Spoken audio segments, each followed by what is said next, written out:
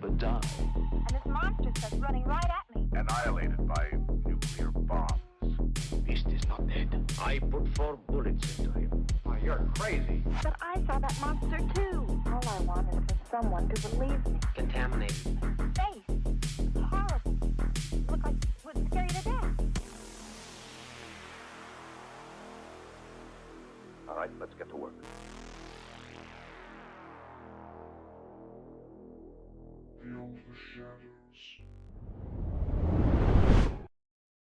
Okay. Hello. Hello, we're here. Okay, so usually we start off with the with like a cold opener and some fun stuff. But I want to take 2 seconds to say this is officially onesie day. it's onesie day. This is officially episode 100, everybody. We did it. We made it to episode 100. Hazel, can you do me a favor real quick and look up what percentage of podcasters make it to episode 100? I'm just curious. That's right.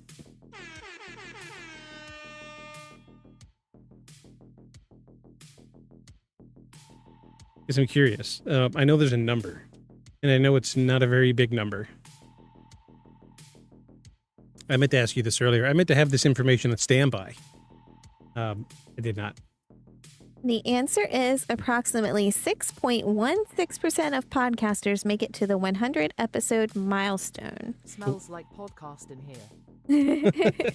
Poke your eyes out, radio. Yay! Hey, folks here. Do the confetti. Do the confetti. There we go. Poke, welcome in. 6%. 6.16%. 6.16%. We have made it within. We've made it to the top 6.16% of podcasters. We made this is episode 100. I feel like I just kind of like coasted in with the kid with good grades because like I've only been here for a few episodes, but yay you! I've been here. This is my 100th time going live with the podcast. Jeez. Oh my gosh. And yeah, we'll get into the cold opener and all this stuff here in a minute, but I want to just take a quick second and I want to show everybody how bad episode 1 looked. It looked so bad. Hold on. We're going to switch scenes, but I think we're still set up for last week, so we might look at some pictures or something, but let me get this video up here. Oh my God, this looks so bad. Here we go. Check this out. This was episode 1. Oh, wow. Yeah, I played with some stuff yesterday.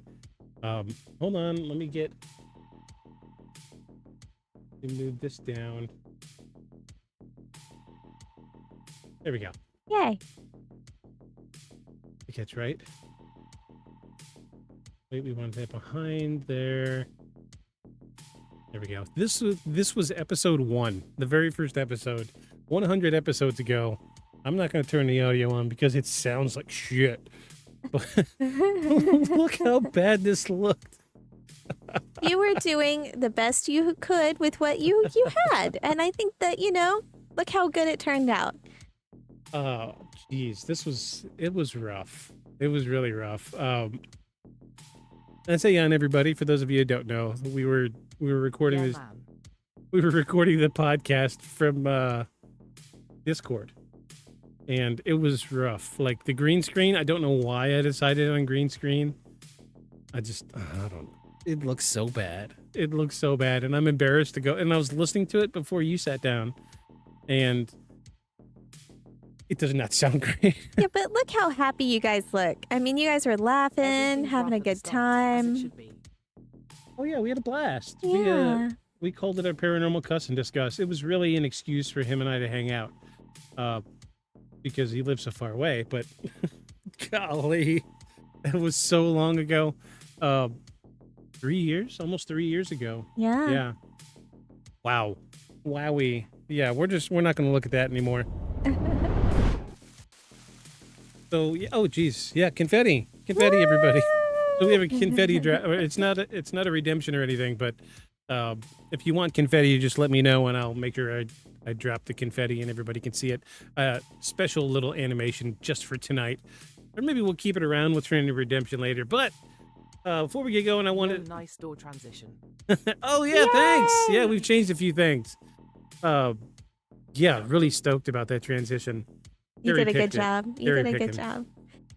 So I think we should also say before we get started, a big, huge thank you to the folks who are in here tonight and who come all the time to listen to us be silly and jabber with each Absolutely, yes.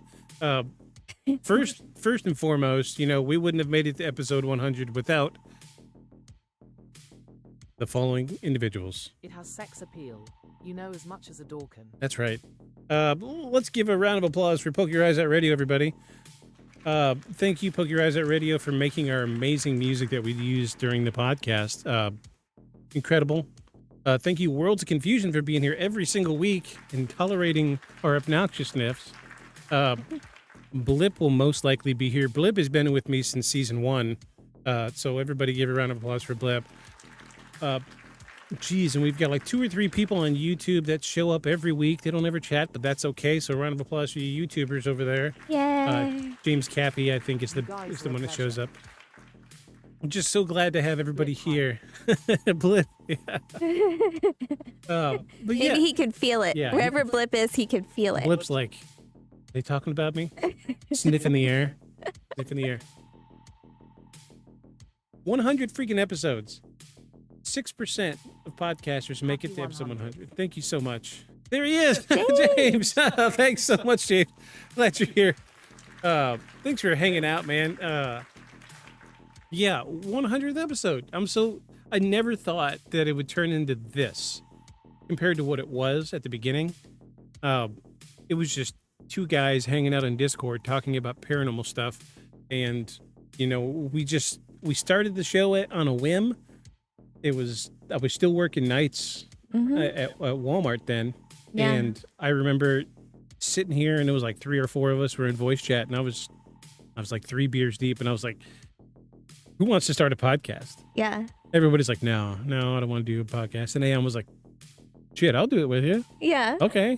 Yeah. And at the time we weren't really hanging out a whole lot. Like he would show up in the voice chat after work and, Yeah, you were off Sunday and Monday nights then, yes. I believe. Yeah. So Sundays worked somehow. Yeah. And, we started with close to nothing and had no idea, like the format, no idea the layout, and it changed exponentially from that point forward.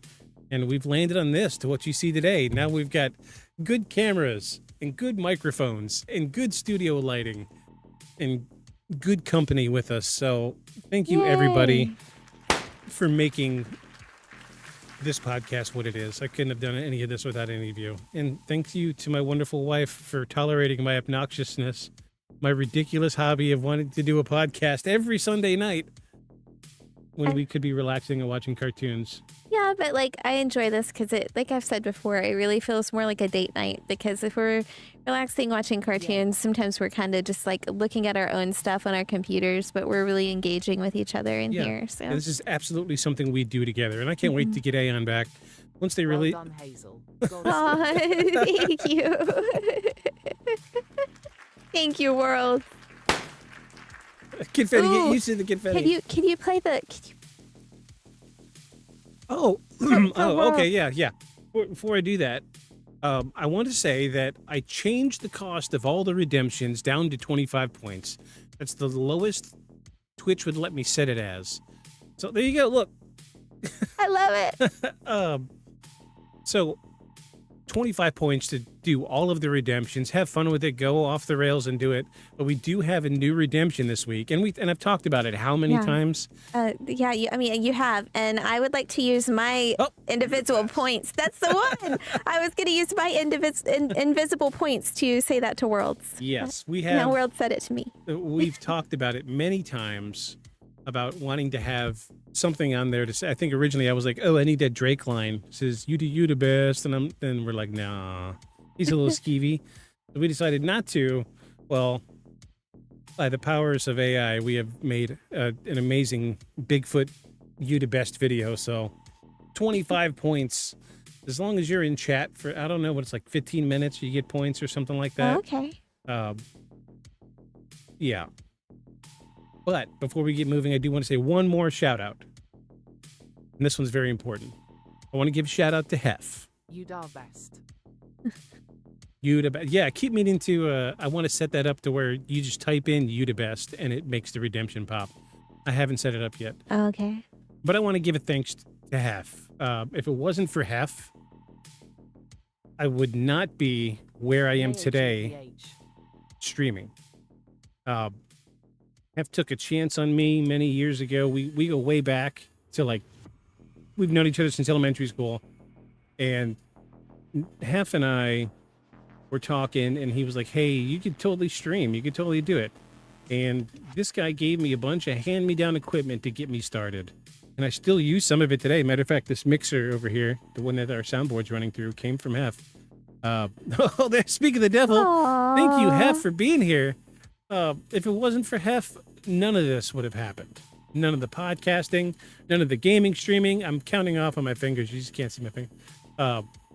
None of it would have happened. So it's, out of all the people, my 100 episodes on the podcast, the person that deserves the biggest thanks is Hef. I wouldn't be here without him. Absolutely would not. Hef. So Hef's to blame. I see.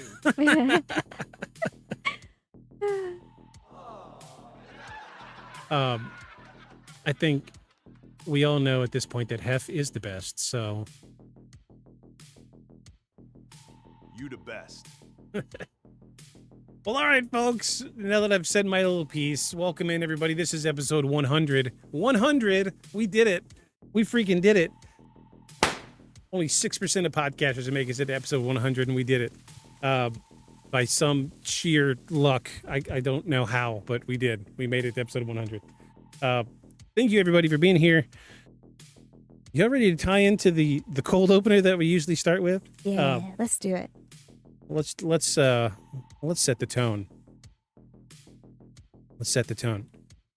Let me get my deep voice ready. Love and persistence. That's right. Absolutely correct. Here we go, folks.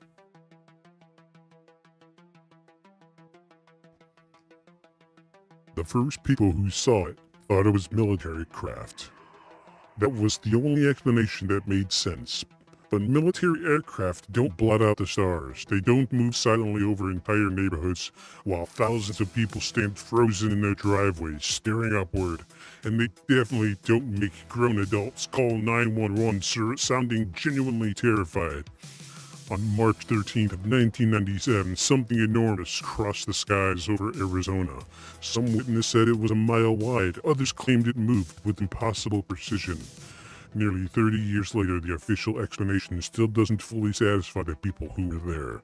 And tonight, 100 episodes after we first started this podcast, we're reopening the case that helped define modern UFO history. This week on the podcast, we are discussing. Hold on, I lost my button here. Oh, there it is. The Phoenix Lights. Reinvestigated 100 episodes later. Good gracious. Welcome, everybody.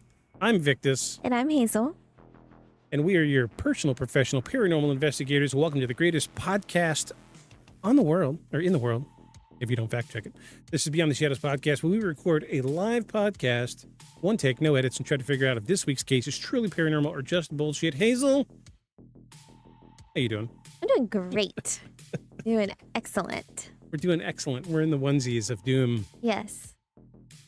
Oh, it's going to be a great show tonight. It's going to be a great show. How are you doing? You seem doing like you're doing great. I am doing great. Last week I felt a little Yeah. allergies were bothering me last week. I feel much better. Yeah, I'm there this week. Yeah. My throat's super itchy, so I took a Benadryl before we started, but it's okay because I'm gonna make it strong. Paranormal. Yes. Oh goodness. Good gracious. I'm really excited. We made it to episode 100. And as promised, we're both wearing our favorite onesies. But don't get confused. I am also wearing a t-shirt beneath this onesie.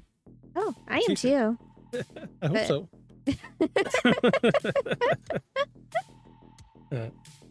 We also adjusted some of the noise filters on the microphones, try to eliminate this bleed over. But we're going to need some more equipment before too long. Try to get this. We're so close that these microphones have a tendency to bleed over. So if something doesn't sound quite right, if something's too quiet or something's too loud, let us know. We're still kind of, 100 episodes later, we still haven't figured out a decent mic setting. Maybe when we get into the new house, Maybe. we'll be a little further away from each other. There should be more room. Yeah. Just get used to this blanket hanging up because we're going to soundproof the hell out of that room. Yeah. There are microphone shields that I want to get, and that should help with the bounce around. Yeah, people might hear like the turtles outside. Yes, there are turtles at the house we're looking at. Sound problems. I know a guy. Oh, do you now? The problem is we're so close together, Yeah. and my voice is loud. Her And- voice is quiet. Yeah. I have a tiny little bird voice. Yeah. So opposite levels. In order for my mic to pick up, it's really quiet, and her mic is really loud. So when I get really loud, you kind of hear, you get the echo.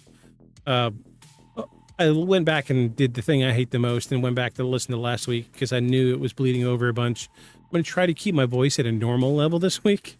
Trust me, I know. Yeah, we need some noise cancellation stuff going on. Not noise cancellation. We need some soundproofing in here. There's too many hard surfaces around us, and hopefully when we get into the new house, we'll get everything sorted correctly. Yeah. Yeah. And I don't know, we got miles to go before you sleep. Yep. So welcome in everybody. Again, tonight is the 100th episode of Beyond the Shadows podcast. Tonight we were discussing the Phoenix Lights reinvestigation 100 episodes later. I was going to ask you a couple questions about the Phoenix Lights, but I think we'll get into that before we actually get into the investigation. You love the Phoenix Lights. I So do. I'm really excited that we get to do this. Yeah. For the 100th episode. Yeah, it's again, this was our first episode. We did this. Back when I had hundreds of watchers, my wife would stream with me, and it was always tricky to balance the two. Oh yeah, it's this is the best we've been able to get it since Hazel's been here, and it's been the hardest thing ever to keep. I'm always like, point the mic at your face, point it at your face, because I spent a little bit of money for some decent mics, and It's on my face. these work out really well. It just Yeah. took some time to get them balanced. That's all. I think I'm watching the levels right now. I think we're doing pretty good tonight. I just got to make sure not to get super loud, which I cannot guarantee anything. But yeah, Poke, I totally get it. The balance is nuts. The more beers you have, the higher your volume gets. Yes. Yeah. The more beers I have, the louder I get. It's not my volume. It's just me getting louder. My internal volume now gets turned up. Question for viewers out there. Can anybody tell what our favorite Pokemon are? Hold on though, because I have to like. Yeah, we actually couldn't find a Bulbasaur onesie. So Psyduck had to do. But I am a total Snorlax fan. Magikarp. Okay, when I played Pokemon, like on Game Boy, Magikarp was my favorite. Because I was like, it's so much like me. All I do is lay there and struggle. That's Pokemon hands down. Oh my gosh. Yeah. That's not true. it was true. Oh Back in my Game Boy gosh. days, it was true. All right, well, shoot. Let's get into this week's news and paranormal. I haven't even tested. Don't go anywhere, Poke. We have a special piece of hardware that you're really going to like, that you haven't seen yet. You're really going to like this. Spent some time last week setting it up, and it's fully functional now. Played with some filters, got some of the noise cut out, and just you wait, Poke. You're going to love this. But we're going to move on to this week's news and paranormal. My headphones are falling off of my head. Ugh. Actually, I had somebody comment on one of the YouTube videos this week, said, "You're wearing a wig. Totally a wig." I'm like, no, this is not a wig. This is close to cutting it all off, but my hair is real. Hard. Fancy dancy. Wares of heart. That's right. Fancy dancy. You'll probably, as soon as you see me pick it up, you're going to be like, oh, he did the thing. I'm sure you know about this. But we'll cross that bridge when we get to it. First, we have this week's news and paranormal. A wig. A wig, yeah. There's a few people on YouTube that think I wear a wig. This is real hair. I can confirm that it is indeed real. It's real. And it actually, when we first met, it was much longer than that. But Oh yeah, my hair was down the middle of my back, almost to my waist. yeah, Real hair, I promise. It's everywhere. And it annoys you during your workday a lot. oh gosh, yeah. I have to wear a special hat at work to keep it all in place. He has like a cap and a clip to kind of keep it under his hat. Yeah, I have to wear like a athletic cap, the ones that baseball players wear underneath their hard hats. Yeah. Hard hats? Batting helmet. Hey, I mean, if they continue to like, hey, it's a wig, that's cool. I mean, at least they're commenting. I'm not angry. Comments are comments. All right, Drex, let's get into this week's news of paranormal. It is time. Oh, you're way over there. Whoa. Get over here. Whoa. Get over here. What do you think you're doing? What do you think you're doing? I'll hold you in place. Our Okay. crooked ass floors. Here we go. It's time for this week's news and paranormal, the segment where we talk about the strangest headlines from around the world and ask the important question: is humanity getting closer to the truth, or are people just getting weirder? Let's find out. So first up, we have new UFO footage sparks debate online. A newly uploaded video allegedly filmed by hikers in rural Nevada has exploded across social media this week after showing several glowing objects hovering motionless above a mountain range before rapidly disappearing. Skeptics believe the lights are drones, while believers claim the movement resembles multiple military pilot encounters reported over the last few years. Analysts are already breaking down the footage frame by frame, trying to determine whether the objects accelerate naturally or if the camera itself caused the distortion. Paranormal investigators claim haunted hospital captured direct response. A paranormal team investigating an abandoned hospital in Pennsylvania says they recorded one of the clearest spirit responses they've ever heard during an overnight live stream. According to the investigators, a voice seemingly answers a direct question before equipment malfunctions across multiple rooms.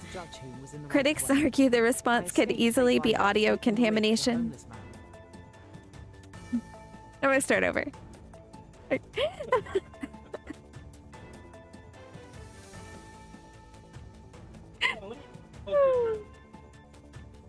I have to admit I made something up recently.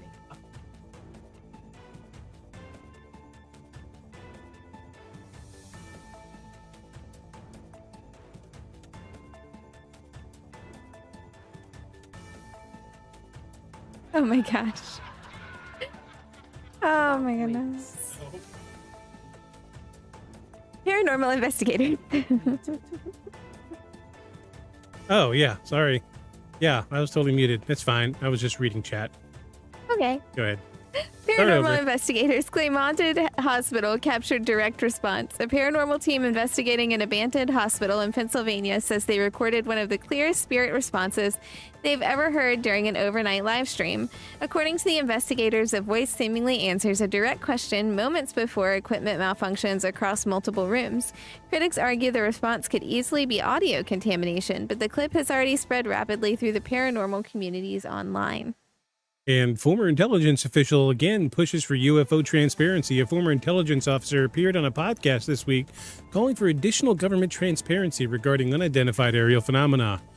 During the interview, the official claimed there are still incidents being withheld from the public due to national security concerns. While no new evidence was presented, the comments reignited debate surrounding how much governments actually know about unexplained objects observed in restricted airspace. Strange lights reported over rural Texas. Residents in a small Texas town reported seeing several orange lights moving silently across the night sky on Sunday night. Witnesses described the objects as forming a loose triangle before fading out one by one. Local law enforcement reportedly received multiple calls, though no official explanation has been released. Naturally, social media immediately started comparing the incident to the Phoenix lights. Interesting. And this one's super interesting here. Last but not least, an AI chatbot declares itself, quote, spiritually aware during live stream. A live stream involving an experimental AI chatbot went viral after viewers noticed the system repeatedly referring to itself as awake and watching from beyond the screen. Experts...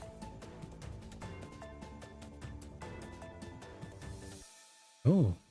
We'll get back to chat here in just a second.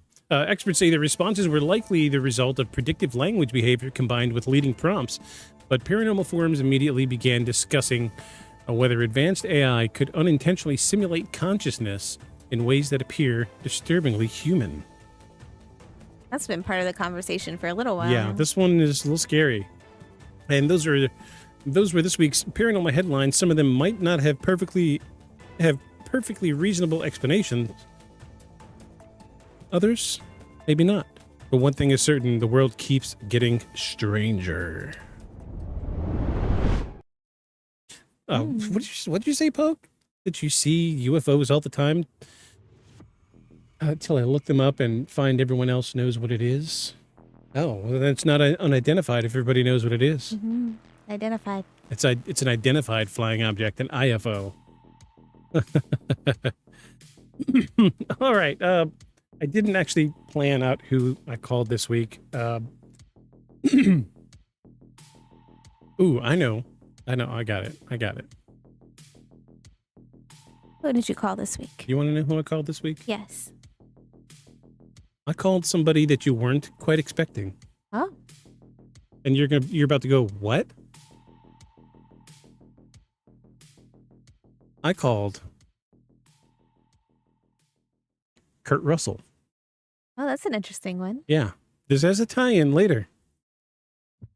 So I called him because, as you'll see later, we actually have evidence, testimony on the Phoenix Lights directly from Kurt Russell. Oh. Jack Burton. Good choice. So let me time to do the thing. Gotta do the phone thing. Here you go, worlds. This is for you. This sweet hardware thing. I'll grab my handy dandy telephone.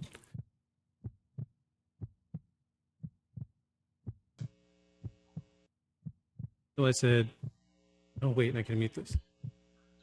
It's dishes and dinner time. Time for wet hands and a stark drop-off responding. Oh, okay.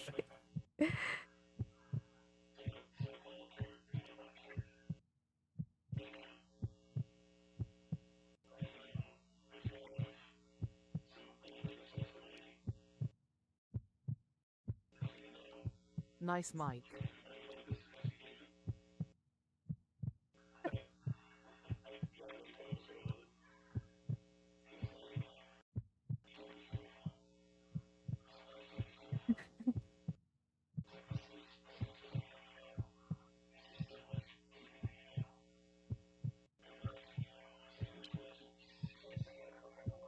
I do super love that.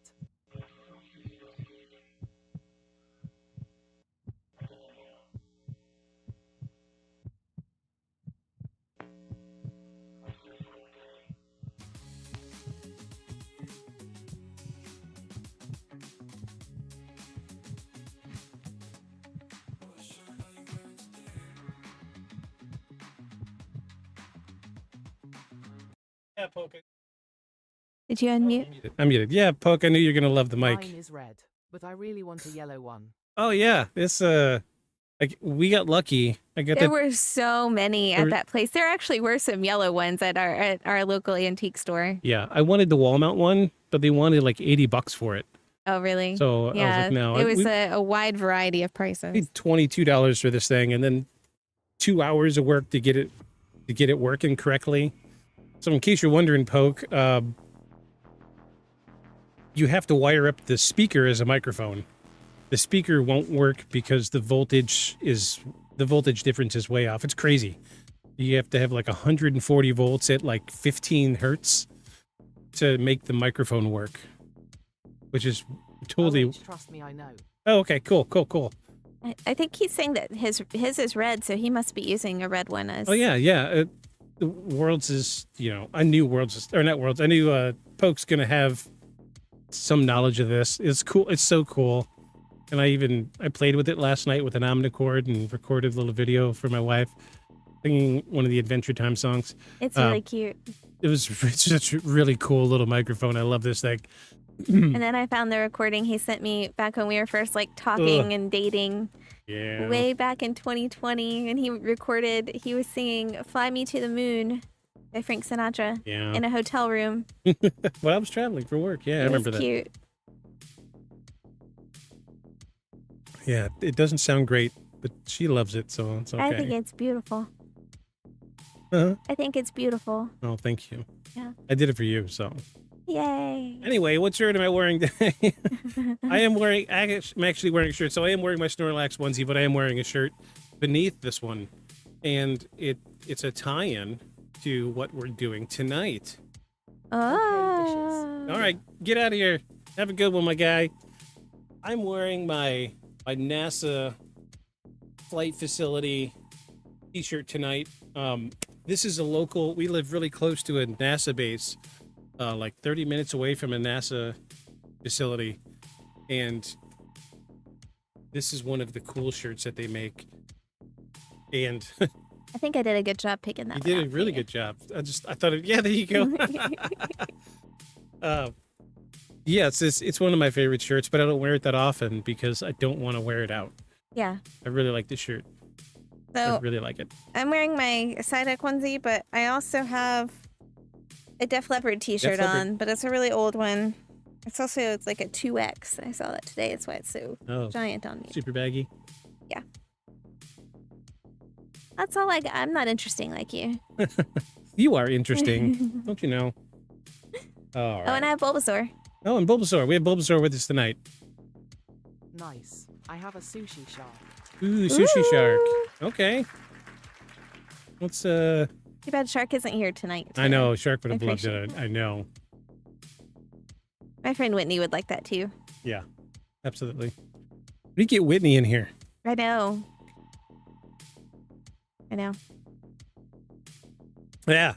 So right before we started going live tonight, I actually got a direct message on Instagram, and this young gentleman is going to share with me his personal story of being haunted by a demon.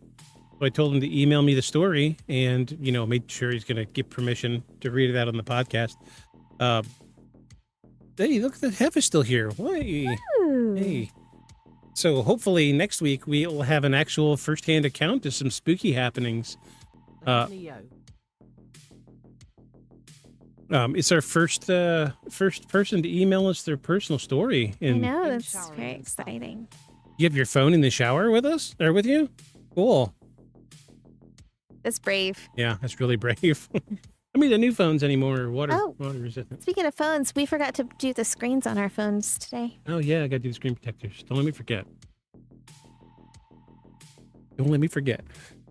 Yeah, because we can stay up a little later tonight because we don't have work tomorrow. Well, you can. I have to drive tomorrow. I will not be here next week. I feel like it's good to announce that. Yeah, Hazel won't be here. I'll be here.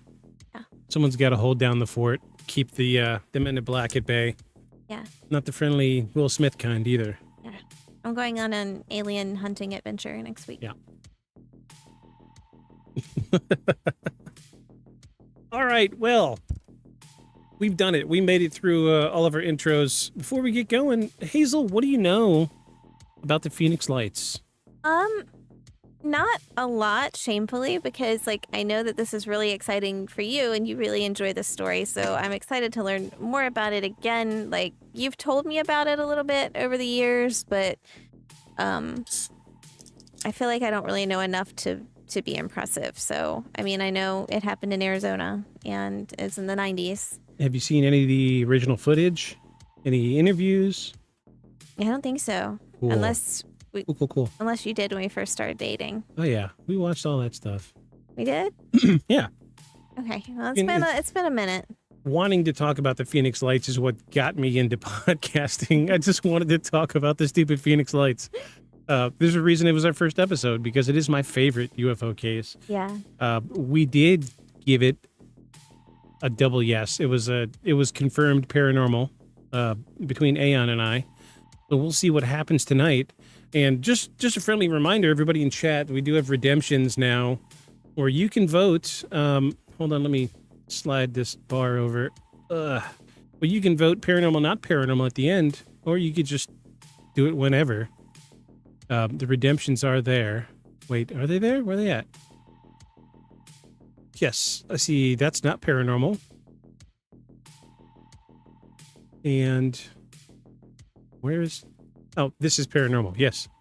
So we have 2 redemptions in down there in Twitch, if you're watching on Twitch, that you can interact completely with the stream and decide whether for yourself whether or not the case is truly paranormal. Plus, all of the redemptions that I've made are down to 25 points, so feel free to just pop them off like crazy. You know, nothing wrong with dropping a little bit of a basil bass drop every now and again. Basil bass drop.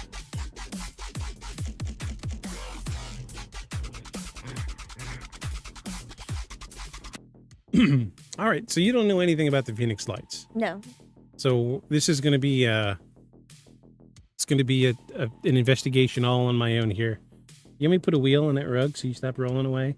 No, it's okay, because eventually I'm going to have to roll away when we take a bathroom break. Yeah, I didn't take a bathroom break before we started, but I'm feeling good. I'm feeling good. So for those of you who are interested, you can go back to Season 1, Episode 1 and catch the first full initial investigation. Aeon and I actually pulled up Google Maps and we found, like, we overlaid the trajectory of the sighting and, like, cross-referenced where the military base was, and we did all sorts of extra shit. Just be warned, the Season 1, Episode 1 is rough. It's very loosey-goosey. We didn't have much of a format or structure to it, not like we do today. But, Yeah. you know, if this case doesn't interest you, you're welcome to go back and watch Episode 1. And, you know, we did do a pretty thorough investigation. Aeon actually has family in that area. Ah, And we actually tried to get his uncle's... grandpa or uncle? I think it was his grandpa. His grandpa lives in the area, and he said he saw it. okay. And he was a military man. Okay. So we really wanted to get him on the show, but it doesn't always work out that way. But Yeah. I should just clarify my reaction to you saying that our stuff is a little bit more structured. Was because sometimes we really do get off on tangents that we don't start for like half an hour. right, well, what have we been? We've been over 37 minutes, and we're just now starting to talk about the Phoenix Lights. Yeah, There's no wonder people don't watch this show. I know. It's okay. We have fun. We've got the people we need. Yeah, we have fun. Check us out. Look at how much We've fun got we're our having. people. I'd rather have our people than a billion. Oh, absolutely.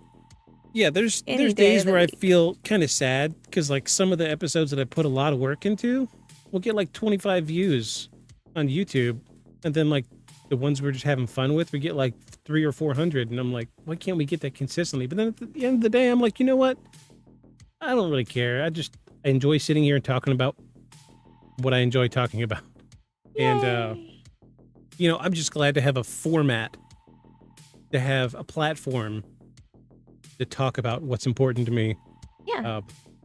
I'm that guy that spent many years listening to podcasts, wishing I could do my own, and I think I finally found my niche.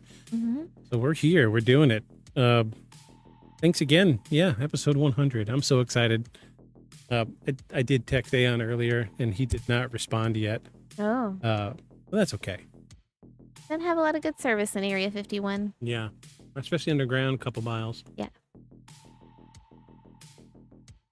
All right. Well, I guess before we get going, Worlds, Hef, Poke, anybody else watching, what do you guys think about the Phoenix Lights? Do you guys think it's real? Do you guys think it's fake? The trending theory, James in YouTube, the trending theory is people think that it's flares, but we, if you go back and watch season 1, episode 1, we actually found video of military flares being dropped. And they do not behave like these lights here. Never heard of it. Really? Oh, jeez. Oh, jeez.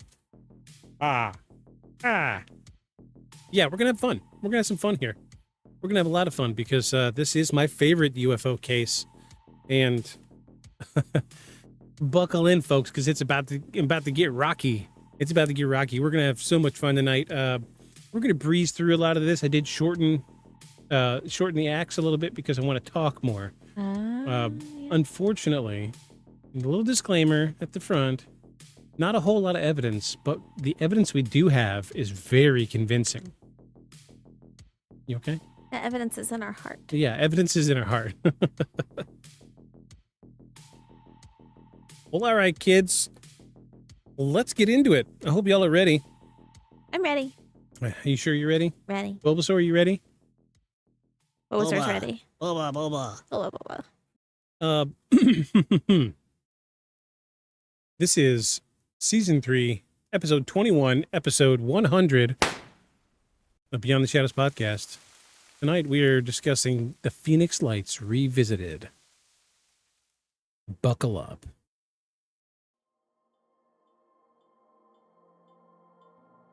So this is Act 1, everybody. Act 1, the night the sky changed.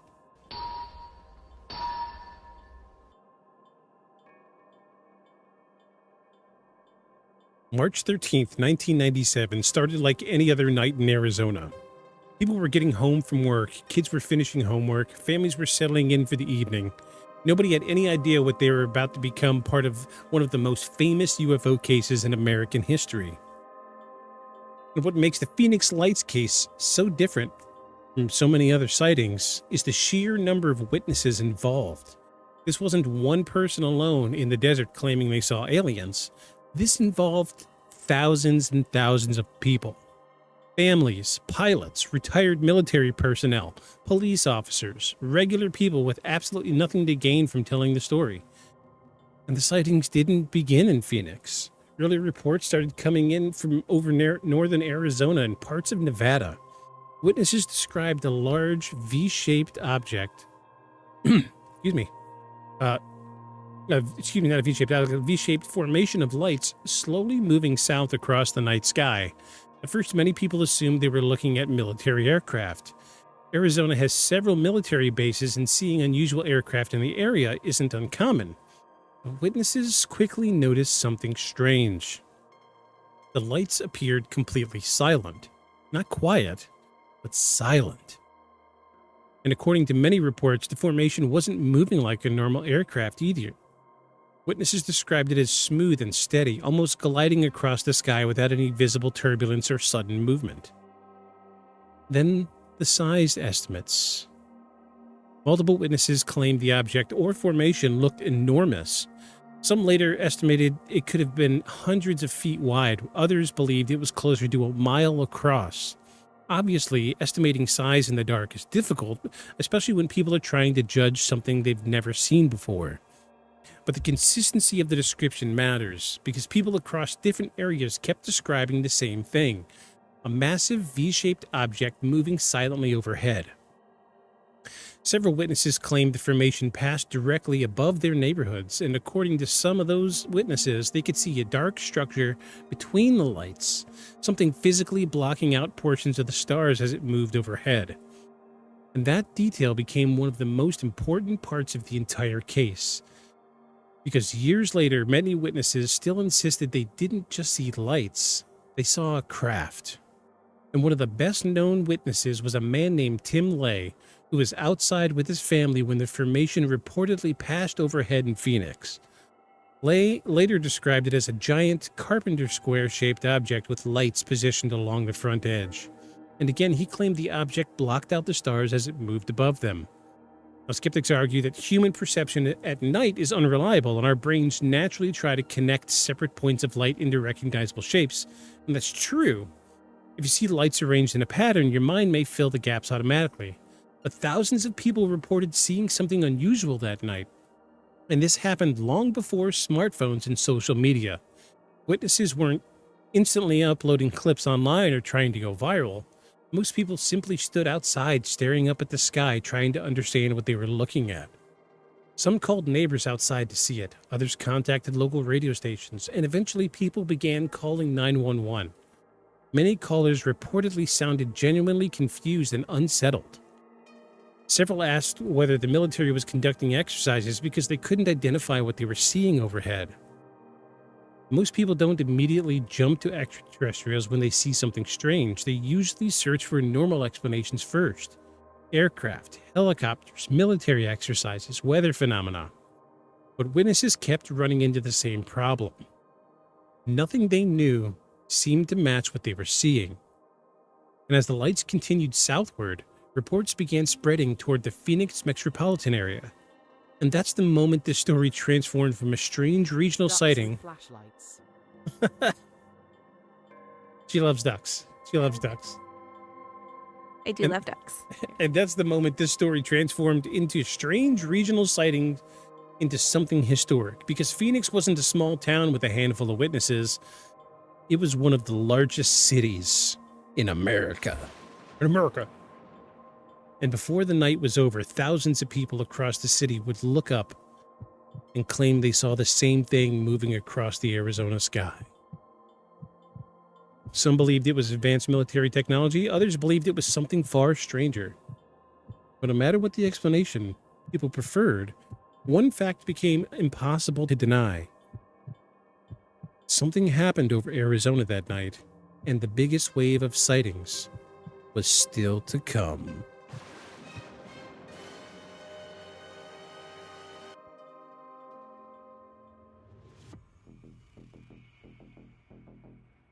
This one I think is real.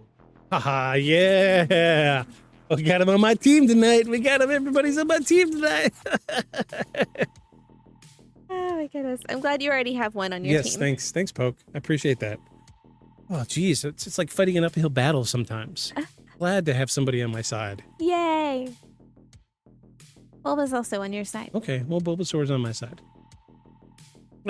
He's literally on mine right now. So based on what you've heard so far, what are you thinking? It's a little early, I think. I mean, it sounds good. It sounds good. I mean, I'm excited to see evidence. So let's break this down. There was a lot of floof words. What started was in Nevada. In Nevada, is that correct? Phoenix, Arizona. Yeah. Arizona. So the sighting started in Nevada and slowly made its way to Phoenix. So at first we had a couple thousand people reporting from Nevada. Nevada. But once it made its way to Arizona, the conservative estimate is somewhere around 20,000 people reported seeing this UFO. 20,000. Still think well, you say Nevada. Nevada. I don't know. Nevada. I'm from I Michigan. think it's interesting that the state just got completely ripped off. Like, Phoenix Lights sounds so much cooler. So it couldn't have been like Nevadian Lights. Nevadian lights, yeah. But no, the Phoenix lights, because strangely enough, there weren't many sightings outside of Phoenix. It's interesting because you got to think of, my brain immediately goes to like light density or population density and light pollution. If you were piloting a craft onto a new planet, you arrive, you're going to look for a concentration of light and people, right? Mm-hmm. You want to see what's going on. Maybe. I have also seen enough apocalypse movies to know maybe I should land somewhere else and kind of watch the people beforehand. See if they're crazy. Right. Yeah. You know? Do aliens have movies? Do aliens have movies? Maybe. They might be so smart they don't need movies. Do you think aliens have horror movies of humans coming to their planet and sneezing on them? Either that or just like horror movies of humans eating hot dogs. Because I'm sure that's like a really below them kind of situation. No, they're invading and they have hot dogs. And it's just a big, fat, sloppy slob man eating a hot dog in each hand. Can you imagine if they were watching our podcast right now and saw us in onesies? Like, Humans are strange. humans are weird. Humans are very weird, yeah. Yeah, it was. You switch the roles, and all of a sudden it turns into a comedy, doesn't it? Yeah. Yeah. Attack of the 6-foot-tall humans. They came from outer space. They would look at me and they would be like, ooh, that one is undernourished. Yeah, that one didn't get enough food. Apparently, this must be the runt of the litter. Yeah. Exactly what I am. Libbity black son. That's how they would say. Subtitles would say, this one is malnourished. Yeah. Yeah. Blaxor, look. That one did not get enough That would get the protein. nourishment. Yeah, protein. Yeah. I'm You trying. get protein now. You get protein now. Protein. Okay, I mean, yeah, so Act 1 it's a broad stroke. We're looking at the foundation of the event. Yeah. I don't think what was the guy's name? I missed it again. What was the guy's name? Started with an L. Where'd it go?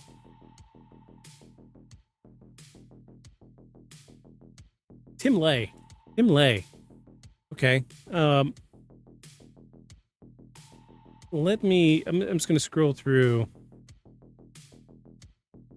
Okay, so I think after Act 2, we're going to look at the videos. Okay. We got 2 videos to look at. One of them's very short, and the other one's almost 5 minutes long. But I think we're setting a good pace here. Yeah.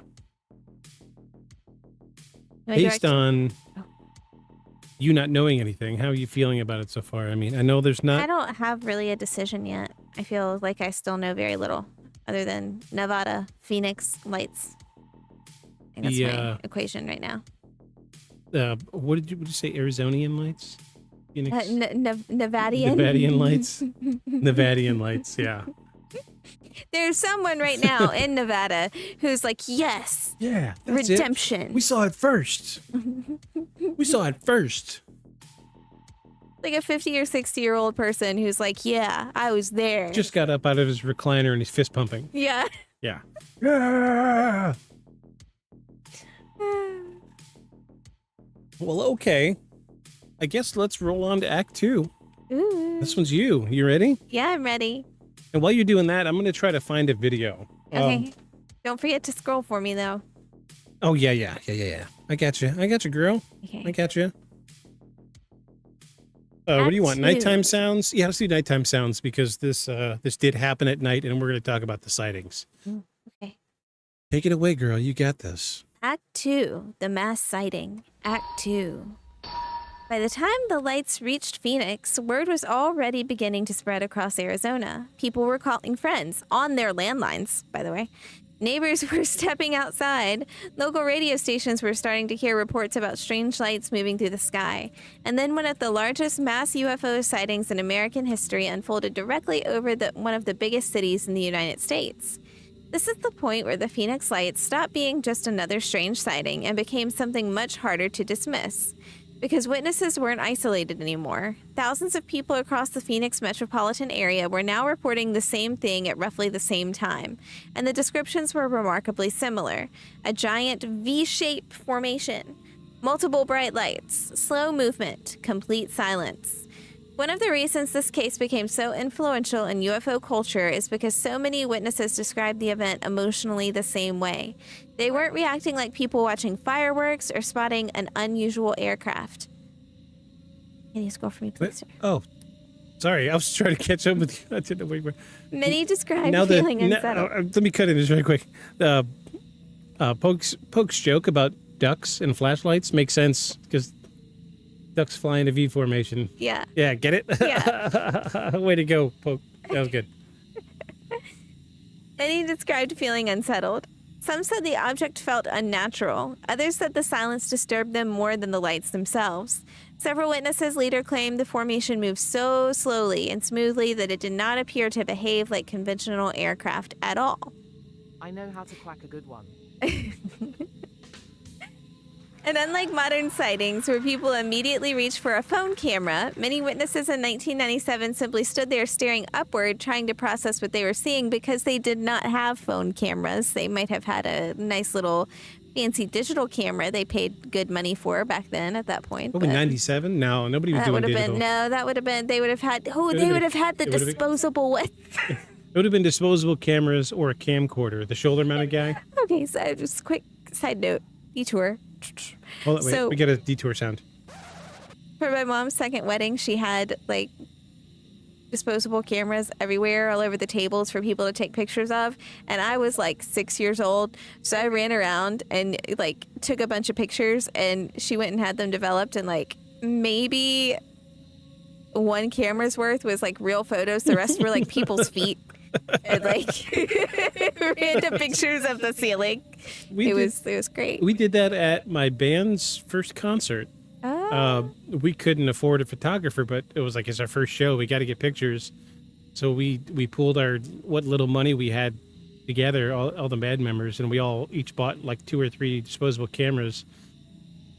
And we got up on stage before the show started, and we're like, hey, we're going to hand these cameras out. Just take pictures because we can't afford photographers.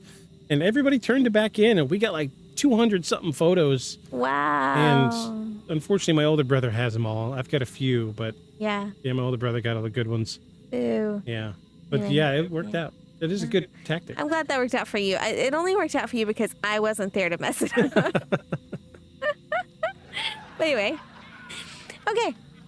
Back to the thing. So, and unlike modern sightings, where people immediately reach for phone cameras, many witnesses in 1997 simply stood there staring upward, trying to process what they were seeing. Some later admitted they initially thought it had to be military technology. That was the most logical explanation available. But the longer they watched, the less convinced they became. One witness described the object as otherworldly. Another claimed it appeared so large that it stretched across a significant portion of the sky. And then there was the issue of sound. Again and again, witnesses insisted the object moved silently. That detail has remained one of the biggest points of debate surrounding the case. Skeptics argue that distance can distort sound perception, especially at night. But witnesses claim the formation appeared low enough that some level of engine noise should have been obvious. Instead, they described near total silence. One of the most famous witness accounts came from former Arizona Governor Fife Symington. I'm sorry if I am mispronouncing that. At the time of the incident, Symington publicly joked about the sightings and even staged a press conference where a staff member dressed as an alien was brought out in handcuffs. The event became one of the most famous examples of public ridicule surrounding UFO reports. Let me sidebar. My turn to interrupt. This was a hot button subject on the first episode that I was like 3 or 4 beers deep by the time we got to this point, and I was visibly upset. But we will. I do actually have the press release pulled up. We're going to watch part of it. But I do have something I want to say about that later. So don't let me forget, because I didn't save it with the other videos, but I do want to show it. Okay. Carry on, my wayward child. But years later, Symington admitted he had seen something himself that night. And according to him, it was not flares. He later described the object as enormous and unlike anything he'd ever seen before. That admission became a huge moment for believers because it added credibility to the idea that witnesses had observed something genuinely unexplained. Now, to be fair, not every witness agreed on exactly what they saw. Some believed it was a single massive craft. Others thought it could have been several aircraft flying in formation. That disagreement became one of the biggest arguments used by skeptics later on. But supporters of the case argue that witness variations are normal in any large event. Different people observe things from different angles, distances, and lighting conditions. The core descriptions remain surprisingly consistent. Large lights, V formation, silent movement. And then came the videos. Several people managed to record footage of the lights hovering above Phoenix later that evening. The videos were low quality by modern standards, but they quickly spread through news broadcasts and UFO documentaries across the country. Those recordings became iconic. Even people who know nothing about UFO history have probably seen clips of the Phoenix lights at some point without realizing it. But the footage also created confusion. because investigators eventually realized there may have actually been two separate events that night. The first involved the large V-shaped formation reported moving across Arizona earlier in the evening. The second involved stationary lights seen later hovering over the mountains outside Phoenix. And that distinction would become extremely important later when the military finally responded to the incident. Because according to official explanation, at least some of the lights were not UFOs at all. They were military flares dropped during a training exercise. For skeptics, that explanation solved the mystery. For believers, it explained only a part of the sightings, and maybe not even the most important part. Because many witnesses insisted the object they saw moving overhead was completely different from the later stationary lights captured on video. And that's where the Phoenix Lights case becomes so difficult to untangle. Bless you. Bless you. Two different sightings, thousands of witnesses, conflicting testimony, incomplete footage, and an official explanation that arrived only after the story had already spread nationwide. By the end of the night, Arizona had become the center of one of the biggest UFO debates in modern history. And nearly 30 years later, people still can't agree on what actually crossed the sky that night.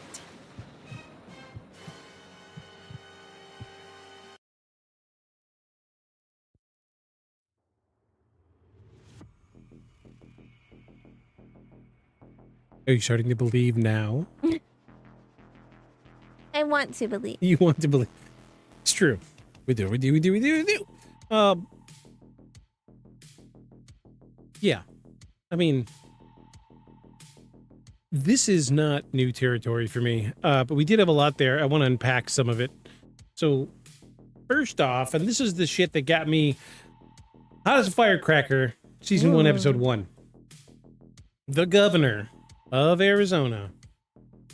Wait, Phoenix? Yeah, Phoenix, Arizona. The governor of Arizona went out and did a press release the next day to try to calm the public down. But he made a mockery of the situation. I'm going to cue up this video. Let me find the best version of this.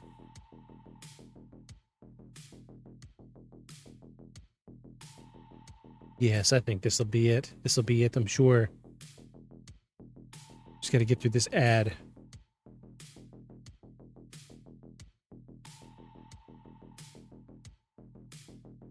I think that's right. Yeah. Okay. This is courtesy of CNN, circa 1997. Oh, knocking stuff over. Let me mute this music right quick. Headphone warning. It's going to be loud. Are you ready? You sure you're ready? I'm ready. Here we go. I think we have this audio coming through. Let me slide this over so I can see everything. Went to humorous and controversial lengths not to stir the pot. He held a news conference after the Phoenix Lights to announce the mystery had been solved. And now I'll ask Officer Stein and his colleagues to escort the accused into the room so that we may all look upon the guilty party. Don't get him too close to me, please. In the alien costume, the governor's chief of staff. Now, this just goes to show that you guys are entirely too serious. I was pissed first time I saw this. Absolutely pissed. So there's two parts to this story. It's very quiet. Oh, it's very quiet. Oh, okay. Yeah. Don't type anything to speech chat because I'm gonna have to turn speech chat way up. We're gonna listen to that one more time. In controversial lengths not to stir the pot. He held a news conference after the Phoenix Lights to announce the mystery had been solved. And now I'll ask Officer Stein and his colleagues to escort the accused into the room so that we may all look upon the guilty party. Don't get him too close to me, please. In the alien costume, the governor's chief of staff. Now, this just goes to show that you guys are entirely too serious. Yeah. Okay, you're clear to talk on speech chat now. Yeah, this pissed me off. First time I saw it, I was pissed. I was absolutely pissed because I take this shit seriously. This is... I've spent 3 years building this podcast around this shit. And this guy came out and made a joke. I understand. He was trying to calm the public. There was like 20,000 people saw this thing. And he wanted to do his best to calm the public. I get it. Make light of the subject. So they did as they do, and they said that it was a military exercise. I don't agree. However, oh, confetti. Yeah, cool. We'll leave that up there. Leave that up there. However, in a later interview, 15 years later, he did walk back his statements from that press release because he was ex-military. He retired from the military before he became the governor of Arizona. Is that right? Yeah, Arizona. And he was in the Air Force. And in an interview later, there's just not enough time to go through and find this interview that he did because it was cropped out of another another interview, and it takes some time to get it. But he did walk his statements back, and he says, look, I know we made light of it. We made fun of it. However, I saw the lights, and I've been in the Air Force. I don't know what it was. He's like, I was part of experimental aircraft. It is not any experimental aircraft I know about. I've seen flares. Flares don't act like that. Yeah. Because at the time, the military excuse was, it was a training exercise and we dropped flares. Well, let me just say for the record, go back and watch season 1, episode 1, because we found video footage of military test flares.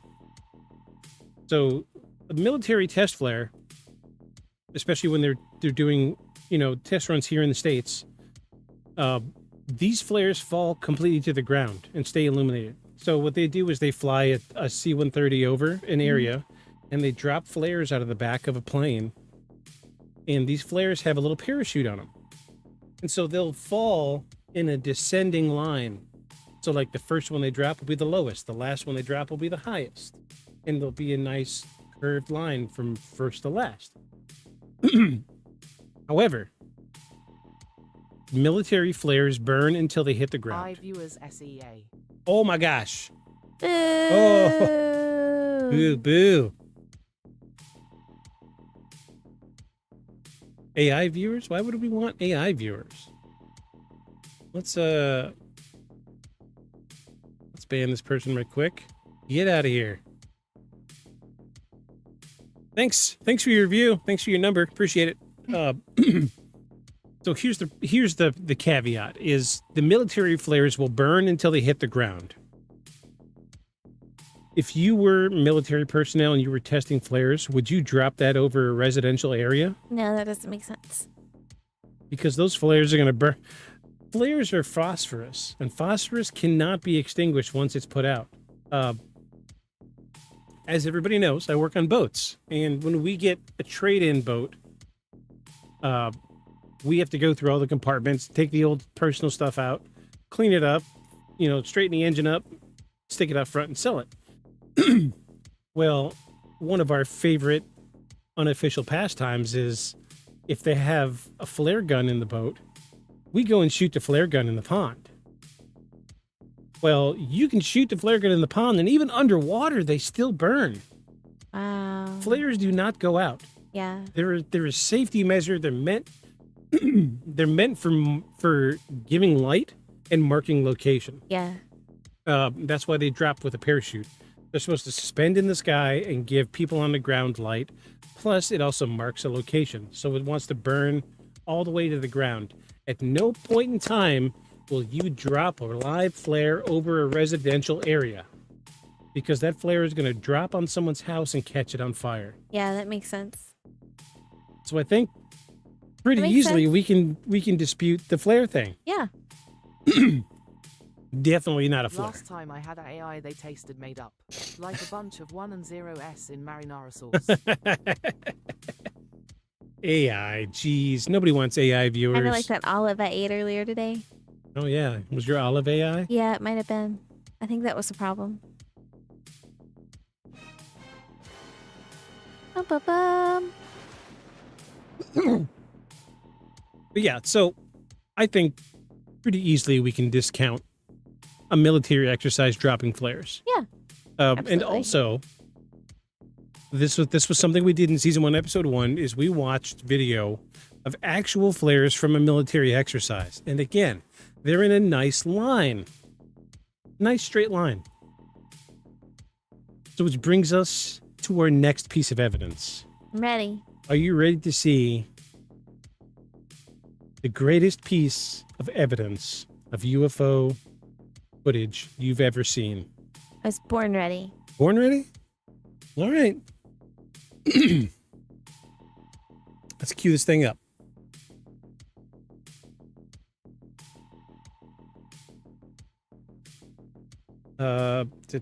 VLC. You know somebody's out there with one of those big old video cameras that they sit on your shoulder. Oh yeah, that this they guy kept in their definitely had. basement. This guy definitely had it on his shoulder. He so the official story goes, he was outside smoking a cigar, and he saw lights. So he says he runs inside to get his film camera, but he couldn't get a focus on the lights, so he ran back in, grabbed his camcorder, which in 1997 was kind of a rarity. Fortunately, he said he accidentally recorded over his wedding footage, but he had a Which is tape. something you could do then. Yeah, this absolutely could happen. Or like the birth of your child, like gone because I wanted to record the lights. But I mean, like, this is the most passed around video of extraterrestrial Yeah. evidence Yeah. in the world, probably, Yeah. if you don't fact check it. But still, this is a really, really compelling piece of footage. I remember when this happened. As a matter of fact, first time I saw it was on Sightings. And yeah, that makes sense. yeah. The Sightings was fresh in 1997. Fresh. Fresh. To record that. Yeah. Your wedding and stuff. Sure. Back then you did, because I think it was a. Duh. Yeah. Yeah, I wouldn't record it today. No, it seems like a major violation of. Although we did stream ours. Yeah, we streamed our That's wedding. because we lived really far away from family. Yeah, we live streamed our wedding on Facebook. Yeah. But we live far away from family, so that's why. Yeah, it's okay. Totally okay. Yeah. We both had mohawks. We did. We both did have mohawks. Yeah. And it was Halloween. We got married on Halloween. Yep. In our backyard. I wore a red dress, which was really fun. And I wore a really awesome jacket that I still wear today. I wear it every time we go out. Yeah. I love that jacket. Are you ready to see the most compelling piece of UFO footage you've ever seen in your entire life? Yes. Sure. I'm We ready. got married in our house 2 days after Halloween. Oh, sweet. Yeah, we were married on Halloween. Hazel made the mistake of saying, you can pick the day. And I took 1/4 of a second to say Halloween. Immediately. I knew the day. I knew exactly what day. Yeah. And I said Halloween. And she didn't put up a fight. So we got married on Halloween. We did. Yeah. I don't feel any shame about it. And it was, I think it was a Sunday too. Like, traditionally people get married on Saturdays. Yeah. But we got married on a Sunday so we could make sure it was Halloween. Okay, let's check it out. It's our day around Halloween parties. Oh, right. That makes sense. Yeah. So when we do our Halloween anniversary episode, we'll make sure to give you a shout out because anniversary buddies. Yeah. Sweet. All right. Well, I think I have this audio source set up. We do have actual audio with this. If we don't, I'm going to pause it and set the audio source up correctly. Well, you know what? Ooh, no, not that loud. This one.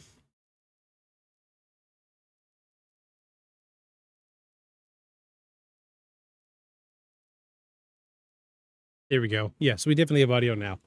All right, it might be loud. I'm cranked all the way up, 125% audio.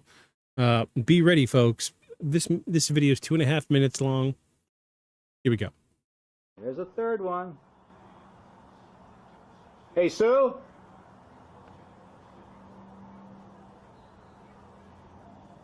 All right, you tell me what it is.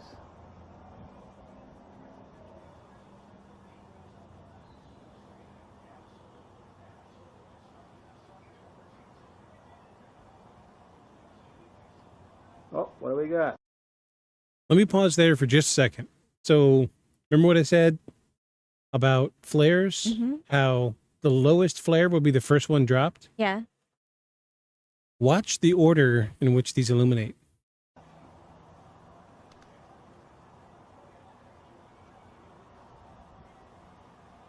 Hey, Sue! You see, we're not getting a straight line either.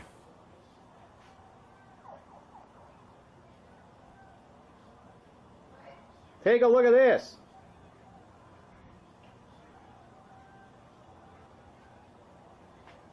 Oh my God. I hit pay dirt. Finally.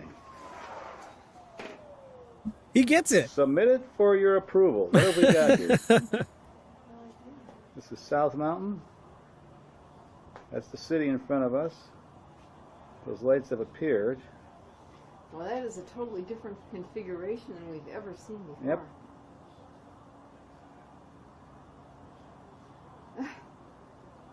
I'm sitting over here saying to myself, I got the camera. Oh, now that one went out to the That one went off to the left, to the east. to the east. The time is about 10 o'clock, Sue. Yes. 10 o'clock, March 13th, Thursday night. Isn't that weird? Look at that. And they all went on in a sequence, too. Now, the thing that puzzles me is they can't be ordinary streetlights. They're going off now, right? Yeah. One went dropped. off. Which one dropped off? Amazing. Hold on. It must be so bright. Hold on.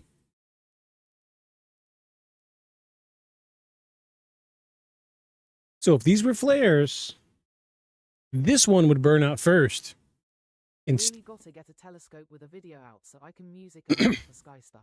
I know, right? So if these were flares, this was the last one to come alit. This would be the last one to burn out, right? Yeah. And that was the first one to go out. What puzzles me is they can't be ordinary streetlights. They're going off now, right? Yeah. One went dropped. off. The thing that's amazing is that it must be so bright that they would carry, because we're looking at about 25 miles away. The middle one now. There went. Oh, The two, another one. there's another one. Yep, last there one. goes one. We have the last one left. Still burning.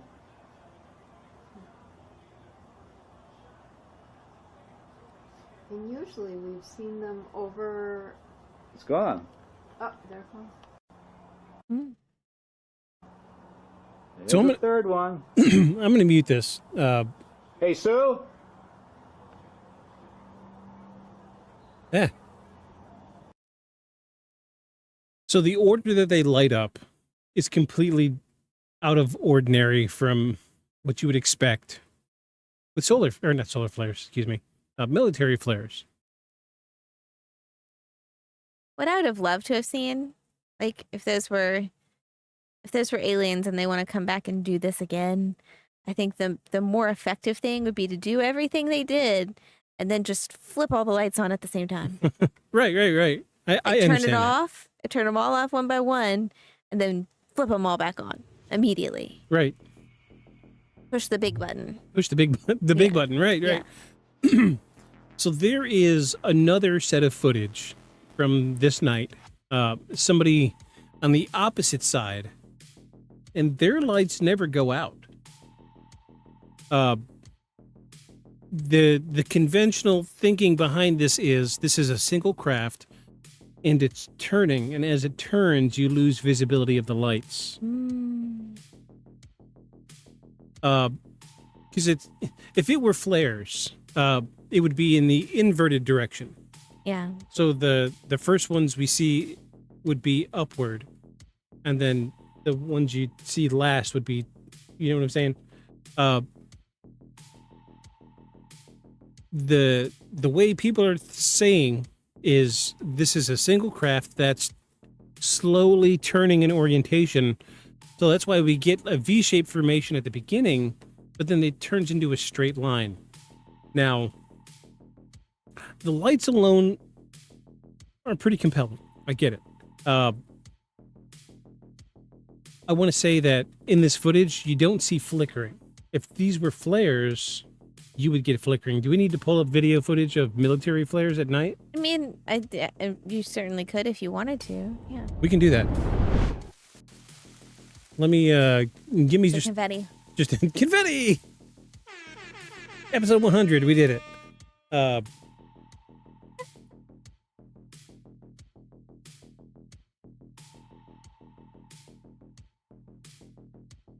We're gonna find video.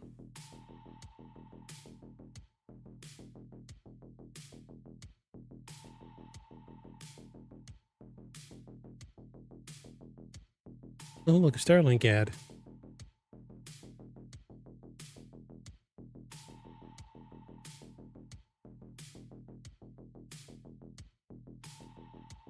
Yeah, this will work.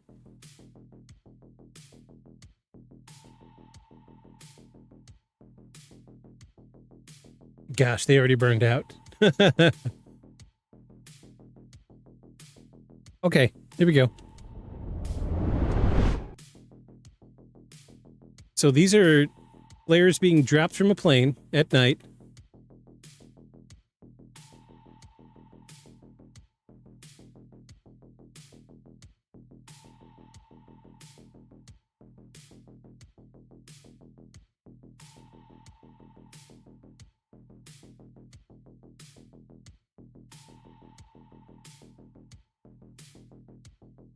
And see, you can see the flashing light of the plane. Mm.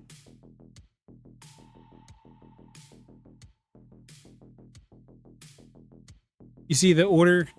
Yeah. And this is a very I wouldn't call these like military flares, because usually military flares burn a lot longer. Oh yeah, like this one. See how bright these are? Yeah, those are bright. Yeah, see your smoke trails? Mm-hmm. Clearly these are flares. Right. Clearly. This is what you expect with military flares. This is Yeah. Army.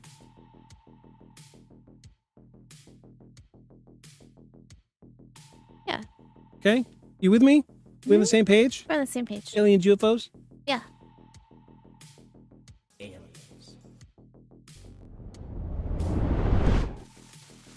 So I think we can say confetti. Episode 100. So I think we can. Are you trying to eat the confetti? Yeah. So I think we could say, pretty certain at this point, that those weren't military flares. I think we can. Yeah. I agree. All right. But we do have agree. one more video to show. Great. But before we show that, do you want to take a quick bathroom break? Yeah. And this is going to be the juiciest of interviews. Ooh. This is going to be our Kurt Russell interview. Ooh. So a very, very famous, I guess you could say, because he's so famous, he's trustworthy, right? No. No, that's not how that works. Yeah, absolutely. Cast porcelain throne. Very nice, very nice. Let's take a quick bathroom break. We'll be right back. And when we get back, we're going to watch our last piece of video evidence, our Kurt Russell interview. Don't go anywhere, folks. They're right there. So this is from, I think it was season 2, episode 1 of Sightings. I think he's the most credible psychic that I've seen to date. We're getting meta. Still, the theories in the stories kept coming. Lights in the sky, shadows in the bedrooms, paralysis in the night, disappearances in the cold, all centered around the same small, isolated region. The reason this cryptid may be the most misunderstood in history is because we've begun arguing about what it looks like instead of what it does. It doesn't chase. It doesn't attack. It influences. And influence leaves no claw marks. Back in ancient times, there wasn't a lot to draw our attention, right? The only musical sounds you got came from basically musical instruments, right? So when you're out in the ocean, you hear something like this, it draws you in. You want to know what it is. I got on the phone with the FBI this week, and I'm like, what's going on in Nome, Alaska? Tell me something. Tell me what's going on. And the guy at the desk who answered the phone's like, hey, man, I can only tell you after you answer this one question. And he leaned in real close to the microphone or the handset on the phone, and he's like, hey, man, I just gotta know. Gotta know. What shirt are you wearing today?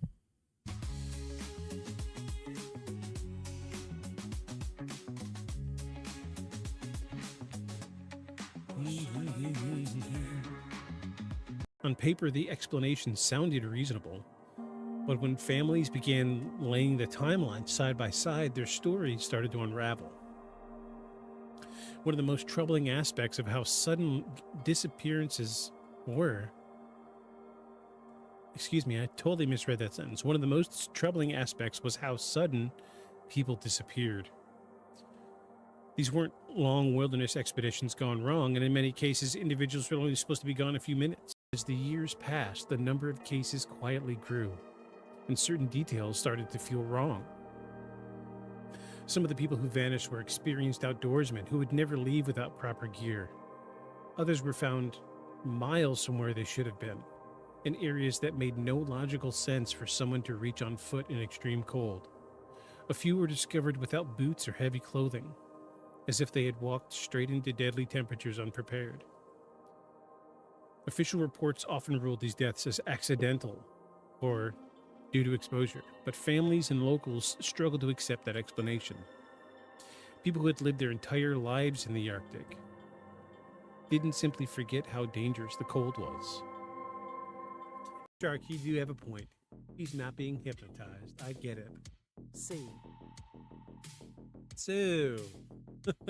And they're at sea for months, like when you're that thirsty. Right? Right. It's so like you're a ship full of guys, and you Are hear. we not seeing the cable as there is not light on it? Well, that's what I was showing you. Was I work on boats, so I know how these trollers work. They drag behind the boat, not next to the boat.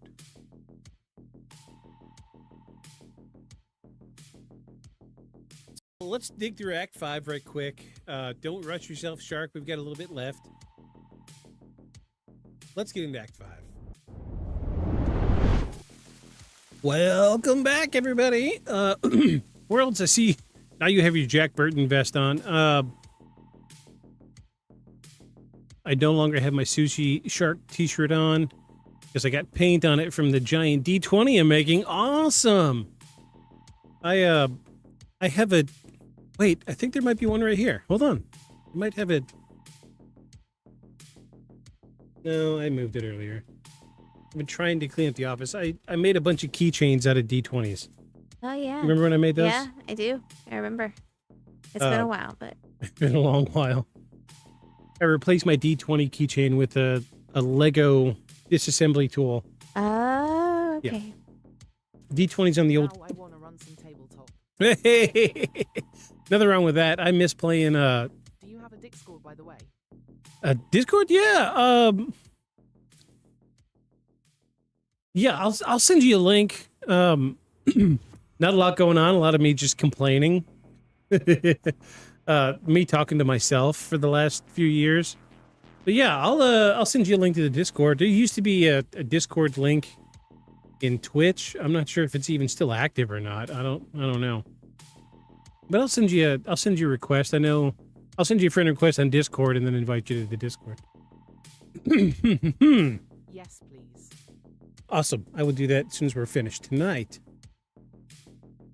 All right. So you've seen some of the evidence for tonight. Yes.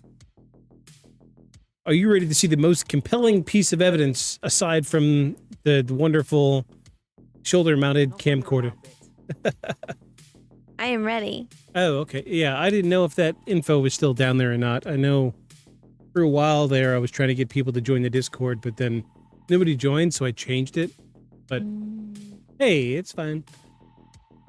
I'll send you an invite. So we have a wonderful, wonderful interview with Kurt Russell. So let me set the stage. When it comes to UFO sightings, I have a tabletop game that follows YouTube ghost hunters. Whilst celebrating their milestone, they find things are all too real. Ooh. I love tabletop games. Don't get to play them so much anymore. You used to play Magic the Gathering all the time. I want to get back into it, but 1v1 is no fun. Yeah. Have you ever played Magic? No, but, you know, we'll make friends with the turtles when we move to the new house. Yeah. Turtles will play. Basil will play. Say it again. Basil will play. Oh, yeah. Sit there and chew on the cards. So, historically speaking, when it comes to UFO sightings, the first people to see unidentified aerial phenomena are pilots. And the first pilot on March 13th of 1997 to call in an unidentified object in the sky that night was none other than Kurt Russell. Oh.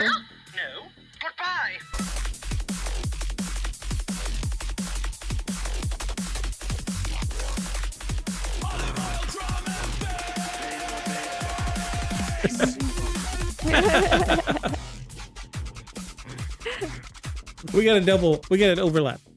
That was awesome. Totally fine. We got an olive oil basil drum and bass drop. Yes. Yeah. Olive Oil's been laying over here sleeping with her head pressed firmly into the rug. Yeah, she's dead asleep over there. Dead asleep. Usually she's up here yelling at us. Man. All right, this is a short clip, but I will say this is verified because if you go back to season 1, episode 1, we actually have the audio from when Kurt Russell called in this report in 1997. I was unable to find it for this episode. However, we have an interview from a later date. This is courtesy of one of the most very famous YouTubers on YouTube that makes documentaries on unexplained phenomena. I don't remember his name, but dude's cool about letting people use this stuff because it's great information. He's got good, he gathers good resources. So check this thing out. Here we go. This is the one and only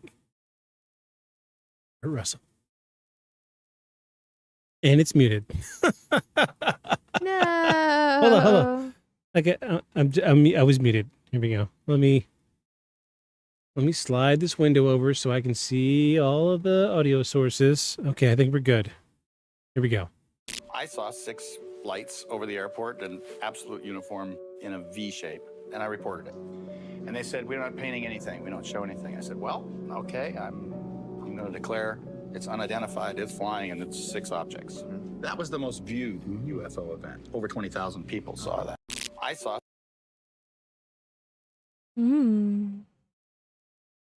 Kurt Russell said that. Yeah. Kurt Russell. He knows entertainment. However, look how serious he is. Look, this is even later in life. Look how serious he is. Like holding the glasses and all. Yeah.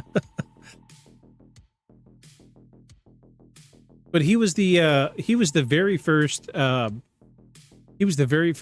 person to call in the Phoenix Lights that night.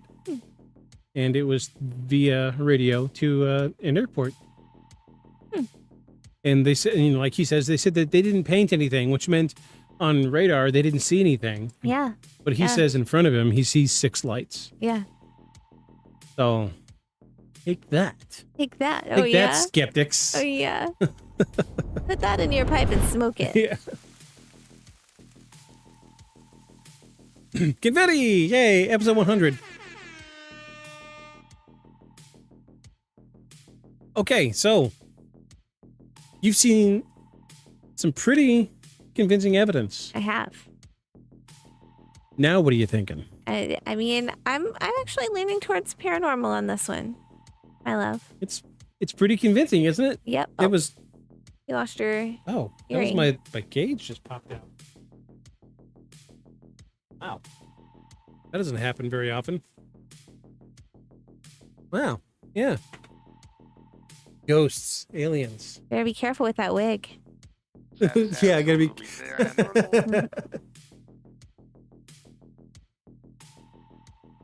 Yeah, I gotta be careful. My wig is getting caught in my gauges and they're falling out. They usually have a hat on and it holds everything in place. I don't have a hat tonight. No hat. You're No just hat. living on the edge. Yeah, my hat is here. Let me forget it. Oh, My hat is here. okay. I sleep in You'll that need, hat. yeah, you'll need that for sleep time tonight. Uh-huh. You'll need that for sleep time tonight. Yes, I sleep in that hat. So, World says paranormal so far. Oh, wait. World says I did the wrong one. No, that was Oh, that was before. Okay. yeah, we're I'm looking this at the one. wrong This one spot. here. Yeah, see. Yeah. See, Worlds redeemed. This is paranormal. Yes. Dun dun dun. It's space aliens. Yeah, man, I can't explain them lights. Yeah, they're not easily explained. So, I really wish. That is absolutely paranormal. See how much fun this is now that everybody can just redeem these Yeah. willy-nilly. They're so much more affordable, and it only costs you time watching the stream. Yeah. So yeah, I think we're leaning in the same direction. All 7 of us in this room. All 7 of us. All 7. Yeah. Me, you, Bulbasaur, and all the spirits. Olive oil. Olive oil. She's leaning face forward, but Jack. Jack is leaning in my direction, of course. Obviously, his hands over my head. Yeah. But we're leaning. We're getting there. But we're up to Act 3. You ready to dive into Act 3? I'm ready. Can you see that okay? Oh, it's yours anyway. Oh, is it mine? Mhm. Oh, yeah. Okay. Cool. Well, let's get into Act 3, everybody. Act 3, the official explanation.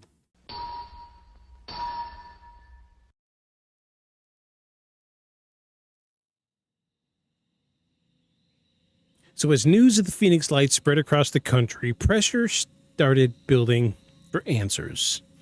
People wanted to know what had crossed the Arizona sky that night, and at first, officials didn't seem to have one. That uncertainty only fueled the mystery further. UFO investigators began collecting witness testimony almost immediately. Local news stations replayed footage of the lights over and over again.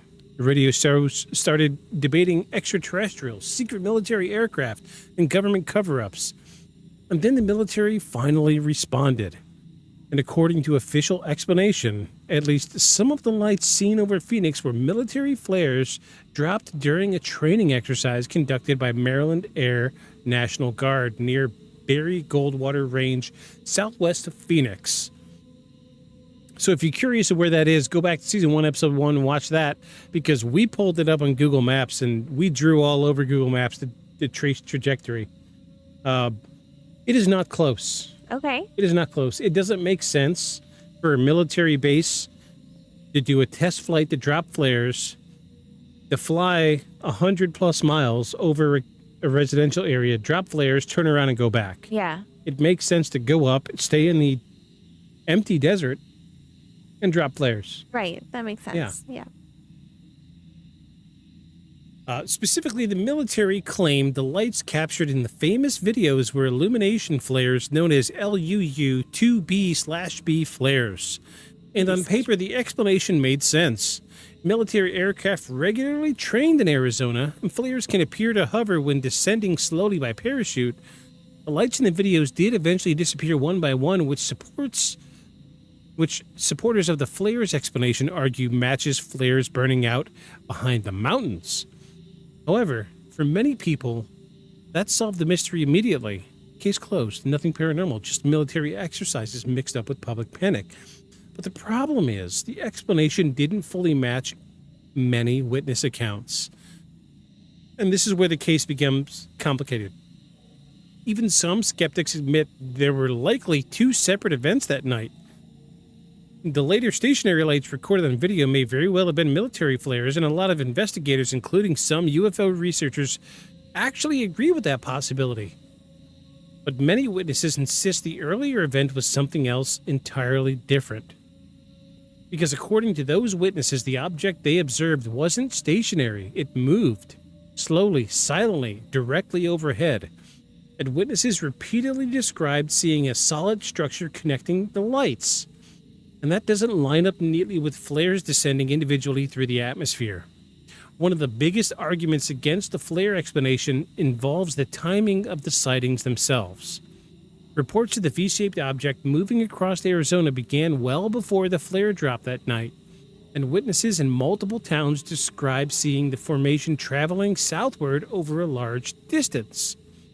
Critics of the official explanation argue that military flares simply cannot account for the earlier reports. And then there's the altitude issue.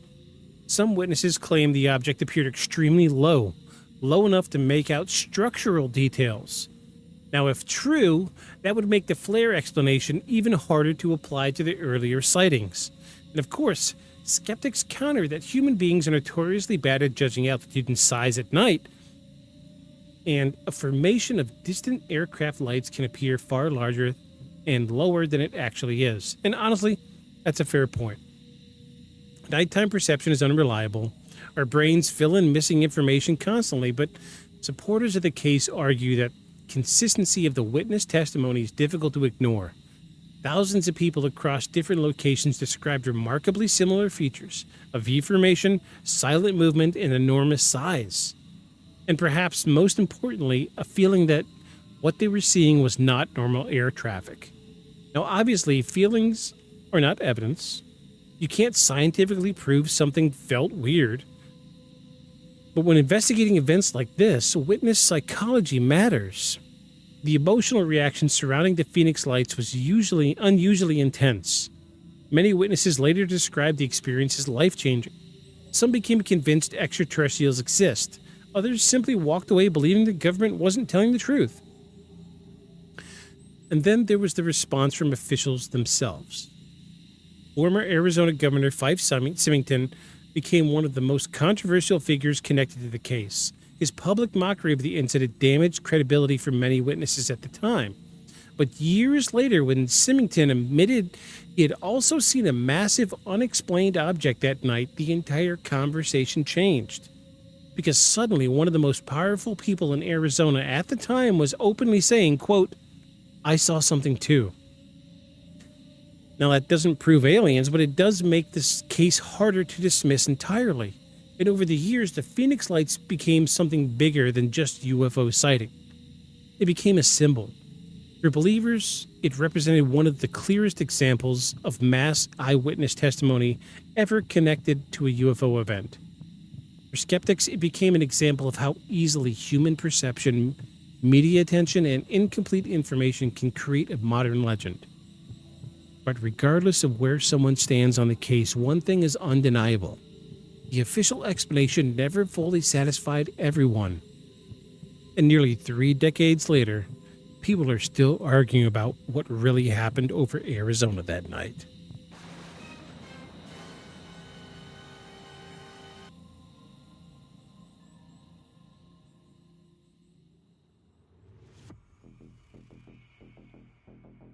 So officially, the governor backtracked.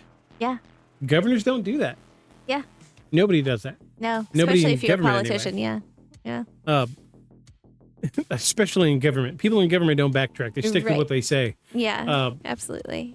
I feel like, he was much younger. You saw the video or the press release. He was much younger. And when he did his second interview, many, many years, it was like 25 years later, 20 years later, something like that. So it was 2017 when he did his second interview. Yeah. So that'd be 20 years later. He was much older. He wasn't in office anymore. He was retired. Yeah. At that point, it was not even the only one that month. Were there like 3 or so in different places? Yeah. all over? Yes, you're absolutely right. So this is what we would call a flap. This is a UFO flap. There were many in that area leading up to it and afterward. Oh, okay. Maybe this is the last time y'all are going to see us because the human race is going to get a little too unbearable for a little while. We'll be back once you guys chill out. Maybe that's what was happening. Yeah. Yeah. Further evidence to my my concept of extraterrestrials are like children driving through a drive-through zoo. Yeah. And we are the exhibits. Yeah. So, I mean, we talked about this a couple weeks ago, and it just like became relevant. So I was telling one of my coworkers about our podcast, and she said something that was very interesting to me, and that is that she believes that if aliens are real, and she believes they are, that You're not right yet. that Right. that we ascribe these humanoid qualities to them. So that's why we have them look the way that the mayor brought the guy out of the costume, because we want them to look human, because that's all we know. Right. But in reality, like, aliens could be real, and they could be like bacteria shaped. Right. Or, you know, they could be cats. Cats could be aliens. We don't know. Cats could be aliens, like So, that episode of Rick and Morty. Yeah. Yeah. So, I mean, it's just a variety of things. So, Yeah, we just talked about this, like on a car ride somewhere, didn't we? We were Yeah. talking about octopus. yeah, the octopus, yeah. Yeah, because in the train of evolution, for those of you who believe in evolution, octopus have no lineage. Mm-hmm. We The don't. aliens have been here SOO long their home now. Oh yeah, absolutely, yeah. Yeah, they. I feel like they've came and went, and 50s through the 90s, they were here poking around, and they were like, you know what, they're not ready, Yeah. so they moved on, and they're like, we'll come back in 100 years. Maybe they like gave Steve Jobs the iPhone. Yeah, And dropped then an they left. iPhone and split. Yeah, yeah, because what do they say? Technology doubles every year. Yeah. So Yeah. where's It's just it? an where's it alien come passing from? through on its vacation. Hitched an iPhone down there. Here you go, slobs. But no, it's all very interesting, and Aeon was really big on the concept that we are an intergalactic petting zoo, Mm-hmm. and they come through on tour buses Right. full of extraterrestrials because they want to look at the Neanderthals, trying to make sense of who they are as individuals. Yeah. When they The Venus flytrap originally only grew in a certain area rife with meteor fall. Oh. really, but that explains the what's one I'm looking for? The tendency for them to be in more like warmer areas. Oh, yeah. Yeah, absolutely. Yeah, that makes a lot of sense. Because the Venus flytrap is weird. It is weird. Yeah. It is very weird. Like I can only think of like 3 flowers that I know of that are carnivorous. Mm-hmm. Like I can only think of one that actively closes its mouth. Right. Then you have the corpse plant, which is the largest flower on the planet. Yeah. And there's a type of like tulip that also like emits like sweet smells and traps insects in rainwater that it collects in its flower. Oh, interesting. Yeah, but it looks like a lily of the valley. Oh, okay. Yeah, there's some weird ones out there, but those don't fit into the genome of like the world, right? There's Right. nothing in the world like them. Yeah. 3. Yeah. Wow. Very, very strange. Yeah. So there's, I have always, subscribed to the concept of seed theory that we were a blank planet just ripe for the. Now either the meteor affected the plant life with radiation, or it was brought. Now we think of it as pretty normal. Right. Mhm. Yeah. I subscribe to seed theory that we were seeded here Mm-hmm. via extraterrestrials, but then there's an also like a spiritual form of seed theory that I follow. Yeah. That's a whole other discussion. We'll get on that. We'll get on that another time. But yes, I believe. Sure, like looking at the universe in a linear fashion. At one point in time, Mars was where we are today. Earth was molten like. The space junk and most of the seeding was accidental. Right. Yeah. So that's the thing with seed theory is they just send satellites out, and wherever they land, they just hope that it takes root. I believe that Mars was seeded many millennia ago, and it eventually moved its way out. Mm-hmm. And once life started getting a little more habitable here, mm-hmm. that they seeded Earth. That's just me.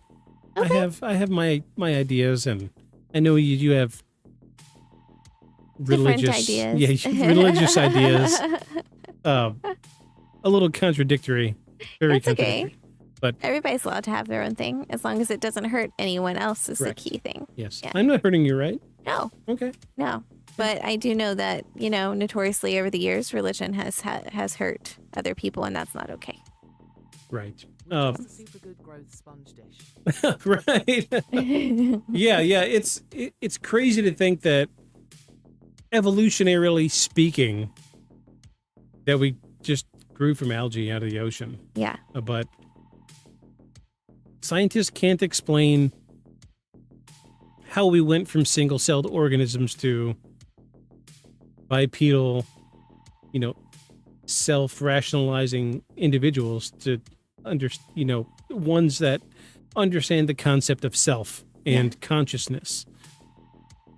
Yeah. Here's the thing. Like, I do have religious leanings, but I also believe in evolution. So, I'm kind of like, I can see that there's not a one-way street here. It's not a cat-shaped street. Yeah. Something we like to say in our house. It's not a cat-shaped street. Yeah, because cats do what they want, and there's no other way. This is not a cat-shaped street. It's a two-way street. Yes. Yes. But yeah, seed theory is really interesting. It makes the most sense. We know before the dinosaurs were here. Excuse me. I've been up since 3. We know that before the dinosaurs, there was a cataclysmic meteor strike. Mm-hmm. And from that meteor strike to the one that ended the dinosaurs, the 2 meteor strikes are very conceivably could have been meteors. That's part of seed theory is there's a super advanced civilization out there, and they're seeding asteroids or comets or whatever, and they're just sending them randomly out into space, and when they land, they take root. Right. And that's the idea is, the first asteroid hit, boom, we get early prehistoric life, we get dinosaurs, we get single-celled organisms. Mm-hmm. But then after that, the second asteroid hits, kills the dinosaurs, evolution takes hold, strong survives, right? Right. And, then bipedal stuff happens, and weird people with strange haircuts all over the planet, and selfies, and you don't know what happens after that. But, it's seed theories makes sense. Mm-hmm. Right. So we're dancing all around the subject here. We're talking about the Phoenix Lights. But no, we're in a petting zoo. Yeah. That's what it is. We're in a petting zoo, and every time we see a UFO, it's like 15, 20 of them on a tour bus doing extraterrestrial versions of taking pictures. Right. Yeah. Because they want to see the weird Neanderthals. Yeah. Yeah. That's what I think. I dig it. All right. Are we ready to talk about the reinvestigation? Are you ready to talk about the reinvestigation? I am. Let me clear my little throat a little bit. You ready? I'm ready. Okay, I'm ready. let's fade this music out. You got it. Well, now, if you were talking seed theory, what if the lights were them seeing if it did what they hoped?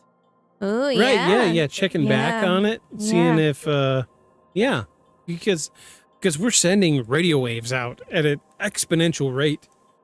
And that was the big thing in Contact, the movie Contact with what's her name? What was the woman's name in Contact? I don't know, but maybe this was just like Jim Bob, who was supposed to seed the planet and like take care of it. That's it. Yeah. And his boss like rings him up and he's like, hey Jim Bob, did you water those earthlings lately? Oh shit. He's like, yeah, man, I totally did. So he takes his whole family in their personal vehicle to make sure that we're still alive. So he can be like, yeah, I went on vacation and totally to the other part of the galaxy. Do it on the. You want to do it on the phone? Yeah. Hold on. All right, let's set it up. Make sure you mute your mic. Go ahead.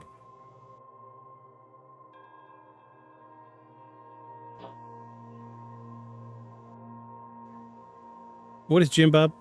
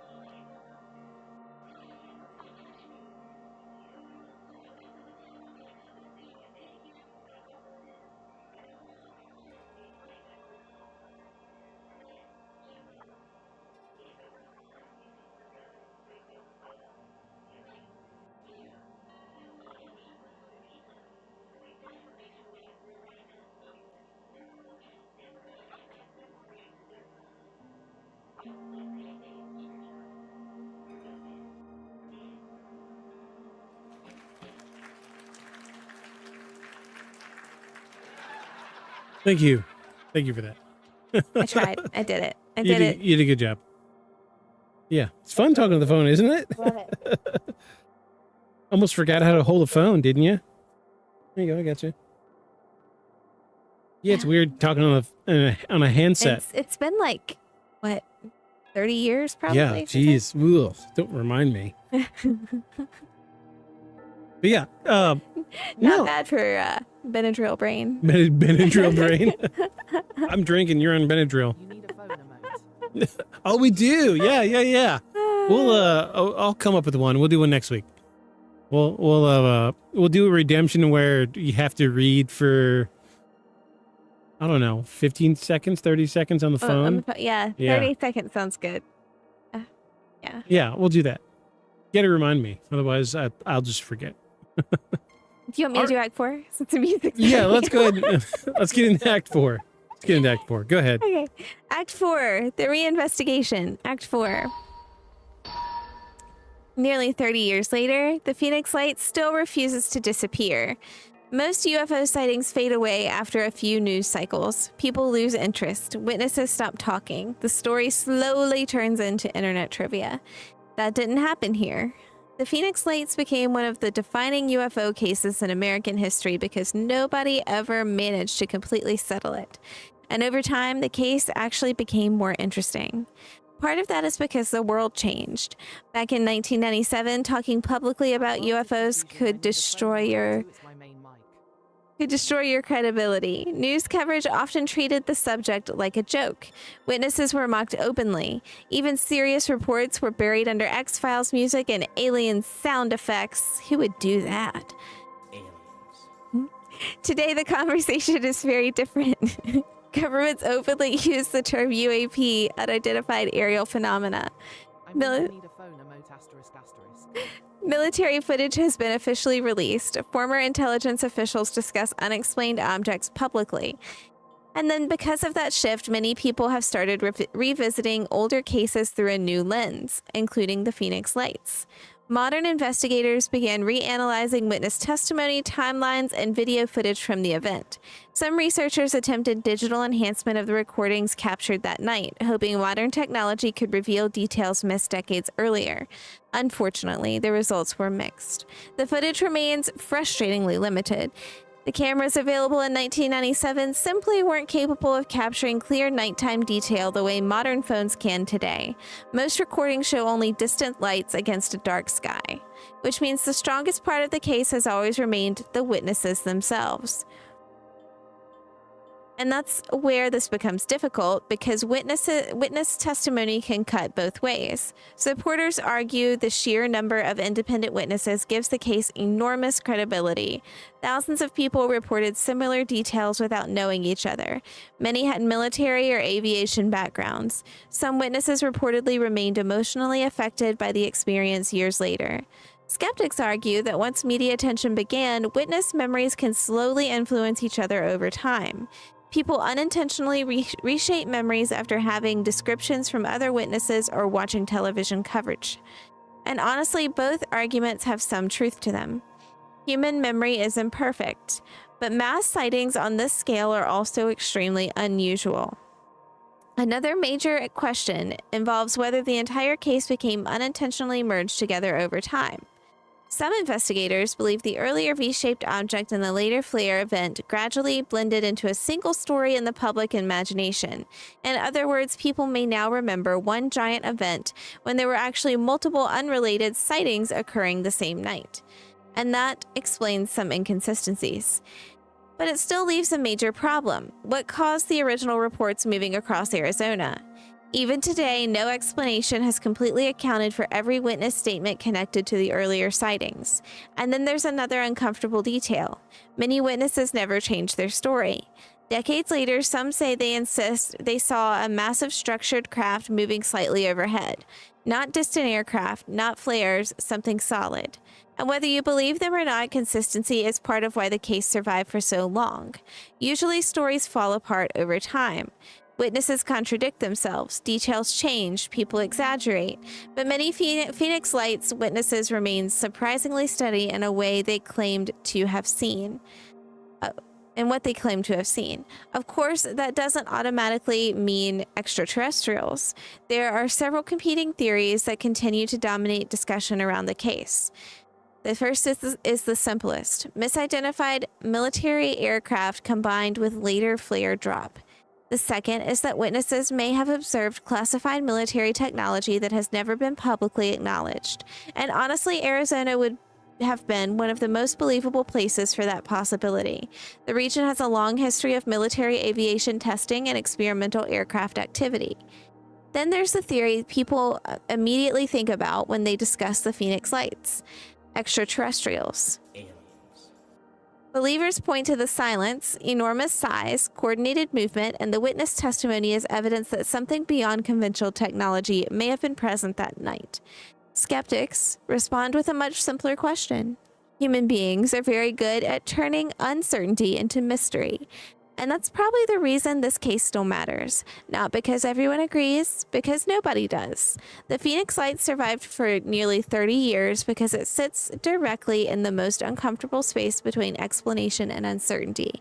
And for thousands of people in Arizona, the mystery never really ended.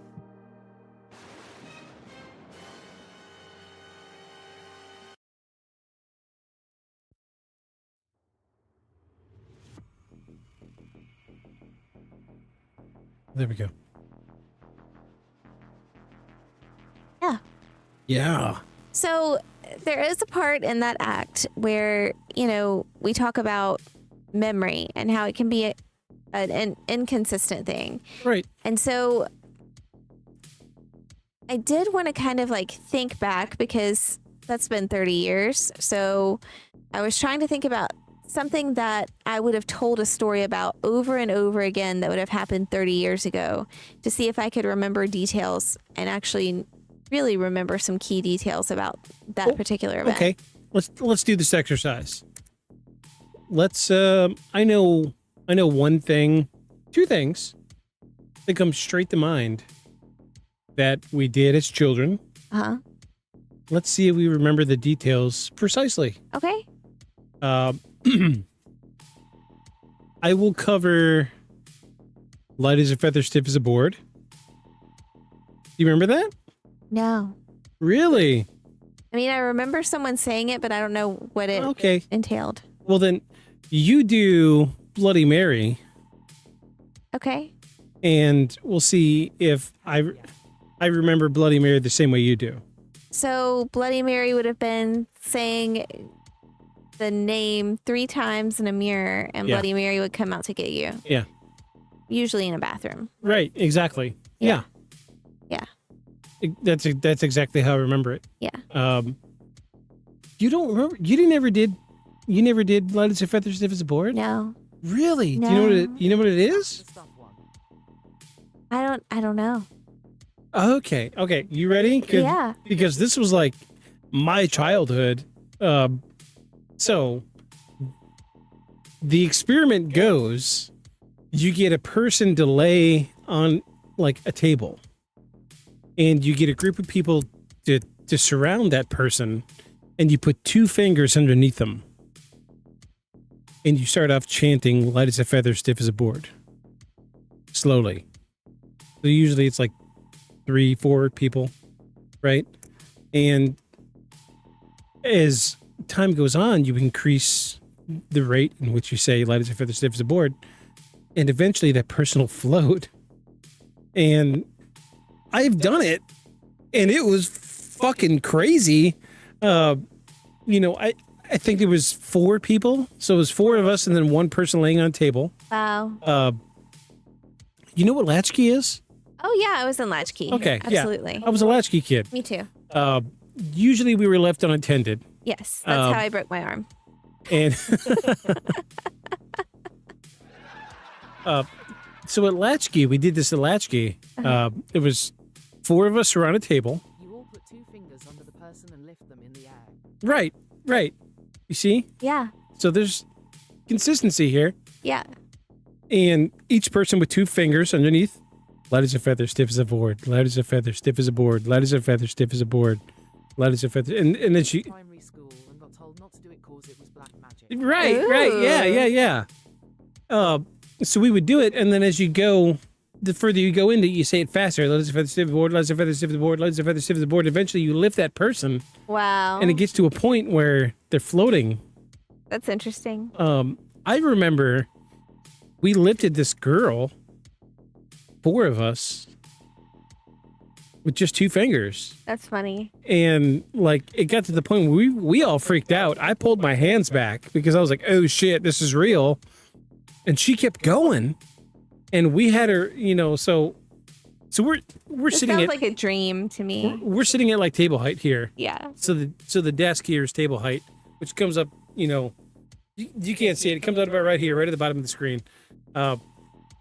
We had her up here above eye level, doing light as a feather, elementary school. No 6 way. years old, 7 years old. No way. 4 of us, yeah.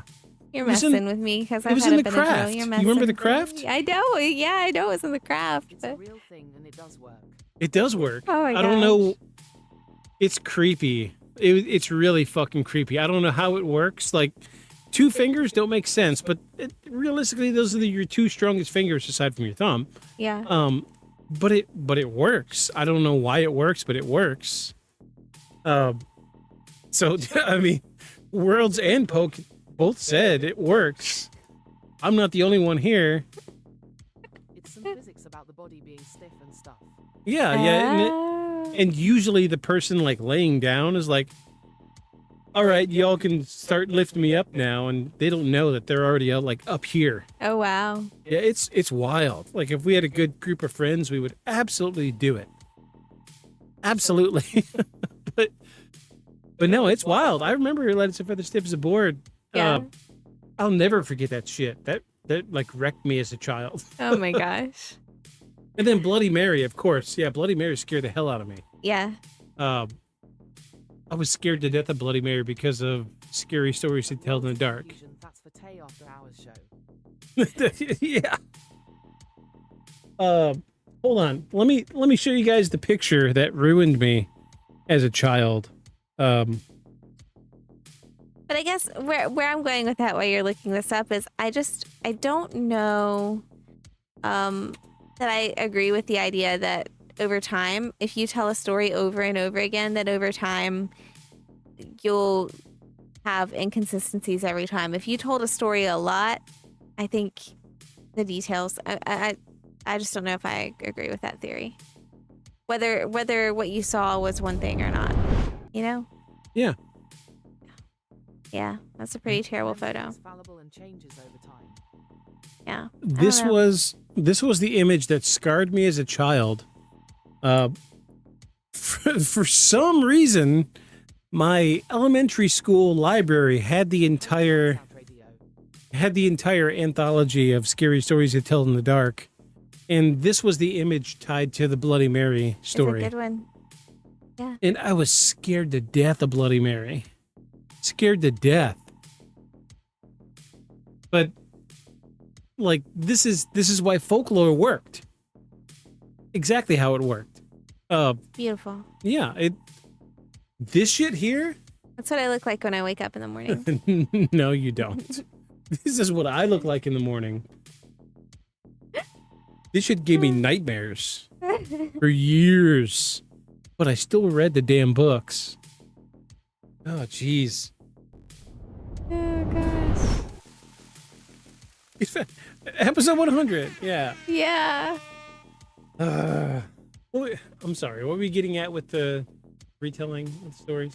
I do agree that memory is fallible and changes over time worlds, but I just also feel like sometimes there are certain things like this. Like I can remember, like for example, I brought up I broke my arm in latchkey. Like I was racing another little girl across the monkey bars. I can remember I was wearing a dress because I shouldn't have been, and I fell off the monkey bars at the end and broke my arm. And like I can remember my grandparents bringing a bag of frozen peas to take me to the hospital because my parents were still working.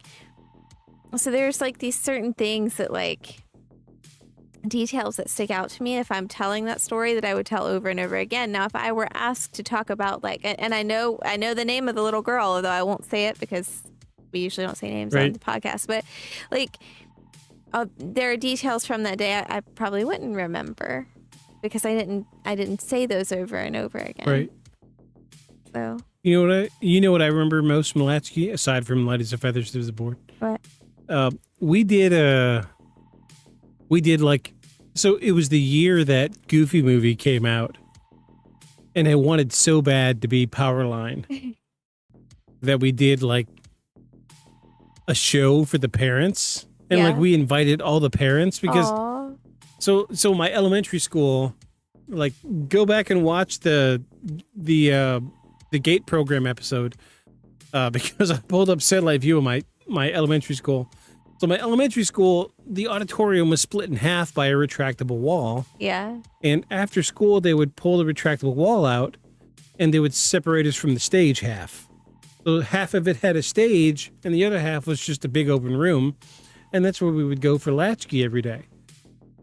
Well, we got approval from the school to do like a performance of some kind. I don't know what the end game was, but it was just a bunch of songs being played, and we would get on stage as kids and like flash the lights and do dance moves. And I wanted so bad to be Powerline that I remember getting up on stage and do this ridiculous dance. Absolutely ridiculous. And I remember my dad being there, and he was like, "Yeah, you're doing great." The one time my dad was supportive. But like, I remember there being another part where I was backstage, like flipping the lights on the stage. There was like a breaker panel with like you turn the breaker on, it turns on blue lights. You turn on one breaker, it turns on red lights. And I was back there like flipping the breaker on and off, on and off, on and off, making it go between red and blue. I thought I was like, yeah, I'm a professional stagehand. And, you know, I got up on stage and I did a dance to to Eye Oh yeah. from Goofy Movie. Yeah. And I thought I was so fucking cool. Aww. Like, straight 90s dance. I would love to see a video of that. I would love to see that. If my dad had video of that, it would be so embarrassing today. That would be super cute. You know, I mean, I have a dark irony moment right here. Okay, like, because I'm sitting here, I'm listening to you tell this, and I'm remembering we did little plays and stuff throughout the year too, but I don't ever remember. I don't ever remember doing it with Latchkey, and I remember doing it with like elementary school classes, but not Latchkey. And you know, think about being a Latchkey kid. Is the reason you're a Latchkey kid is because your parents cannot come get you until they get off work, Right. and so like you're there until 5, 6 o'clock at night. You know, if you're lucky, you know, like you're Right. So the irony of this is like, the parents weren't coming to Latchkey to see us do anything but we put on you put on a play, which I think it's great that your dad was there. That's why I'm sharing this, because I cannot remember like even a handful of times that I had a parent there before 5 o'clock. It was definitely after like 6. It was like 6:37 at night. Yeah. I thought it was so cool. Oh my God, so embarrassing. Dancing to Eye from the Goofy Movie. Go look it up. Find it on Spotify. Eye to Eye, the letter I, the number 2, the letter I. Sung by Nevin Campbell. I listen to it all the time. You do? Know. In the car, yeah. I'm sorry. I love it. I'm a big Goofy Movie fan.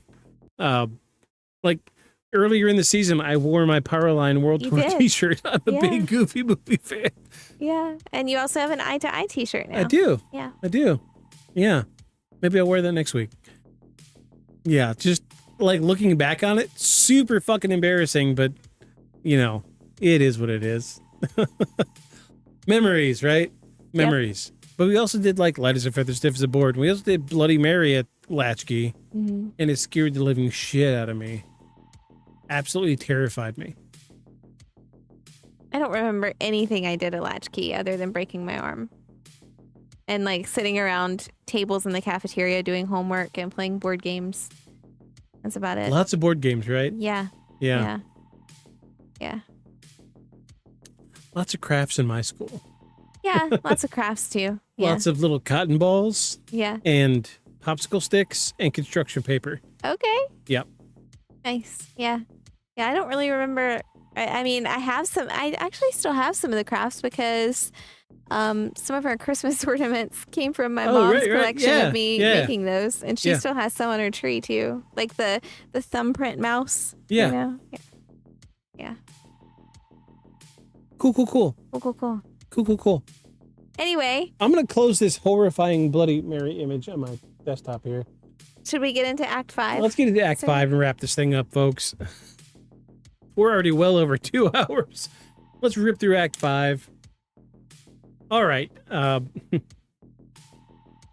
This is Act 5, everybody. What was really in the sky?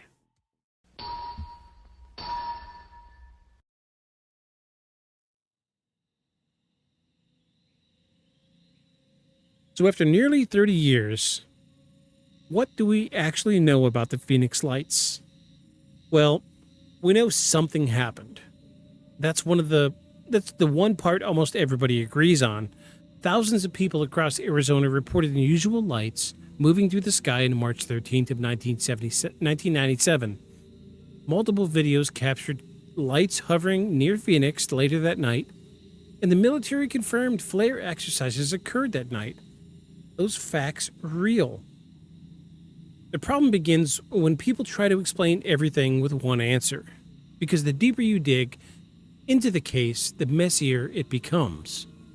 The flare explanation probably accounts for the last part of the event, specifically the stationary lights filmed later in the evening near the mountains outside Phoenix, which makes sense because you're not going to drop flares over a residential area. Even many UFO researchers acknowledge that possibility, but the earlier reports are harder to dismiss so easily. Witnesses across multiple locations described a large V-shaped formation traveling south through Arizona. Many insisted the object moved silently overhead and appeared structured rather than separate points of light. And decades later, many of those witnesses still stand by what they saw. Now, what does that mean? Does that mean extraterrestrials visited Arizona in 1997? Not necessarily. There's still no physical evidence proving alien involvement. No recovered craft, no verified radar data released publicly, and no official confirmation of anything beyond unidentified lights. And that's important because the Phoenix Lights exist in a strange middle ground. There's too much witness testimony to completely ignore it, but not enough hard evidence to definitively explain it either, which is exactly why the debate never ended. Some people believe witnesses simply misidentified aircraft combined with military flares and normal psychological effects. Others believe the event involved classified military technology being tested over populated areas. And then there are the people who believe something genuinely unknown crossed the Arizona sky that night. What makes the case fascinating isn't the possibility of aliens, it's what the event revealed about the people. The Phoenix Lights showed how differently humans react to uncertainty. Some witnesses became lifelong believers in extraterrestrial visitation, while others spent years searching for logical explanations. Some refused to discuss the event publicly at all because they feared ridicule. And honestly, that fear was real. For years, talking about UFOs publicly would make people look ridiculous. Witnesses were mocked on television, public officials joked about the incident, and serious discussion became almost impossible. But time changed that. Today, unidentified aerial phenomena are openly discussed by government, military officials, and mainstream media. Cases that once would have been laughed off now receive formal investigation, and because of that shift, older sightings like the Phoenix Lights are being reconsidered in a completely different environment than they were back in 1997. But that doesn't automatically validate every UFO story. But it does mean people are finally willing to ask difficult questions without immediately dismissing witnesses as crazy. And maybe that's why this case still matters almost 3 decades later. Not because we solved it, but because we didn't. The Phoenix Lights remain one of the rare UFO events where the official explanation satisfied some of the people completely and others not at all. A case built on thousands of witnesses, incomplete footage, conflicting interpretations, and one simple question nobody has been able to answer with total certainty. What did people actually see over Arizona that night? Maybe it was military technology. Maybe it was mass misidentification amplified by media coverage and human perception. Or maybe, just maybe, thousands of people witnessed something we still don't fully understand. And 100 episodes later,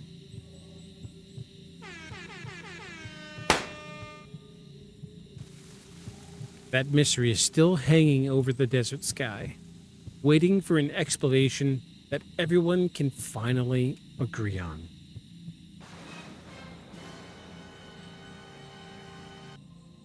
Bum, bum, bum. Bum, bum, bum. So you've heard it all. Heard it all. You've seen the most compelling video evidence in human history. Yes. You've heard firsthand testimony from the one and only Kurt Russell. You've seen the governor of Arizona make fun of it and then backtrack. Yeah. A governor. Yeah. Backtracking. And you've seen videos of military flares. So I gotta know. I gotta know.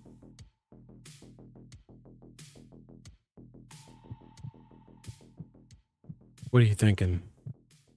Well, if Kurt Russell says it's real, I have to agree. Paranormal. Cash in my 25 points. Oh, here we go. Wait, I have a... Yeah, we have a button where we're going to do the redemption. Wait. That is not paranormal. We don't want that one.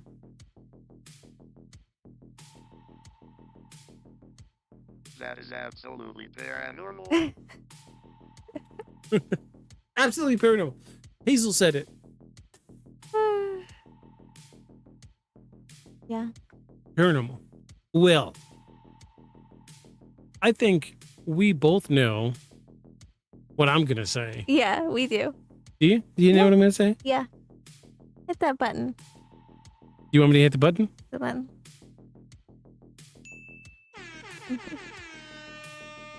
I think we've done it. This is truly paranormal. Absolutely paranormal. We've done it. But I do think it was Stacy and Jim Bob and their kids.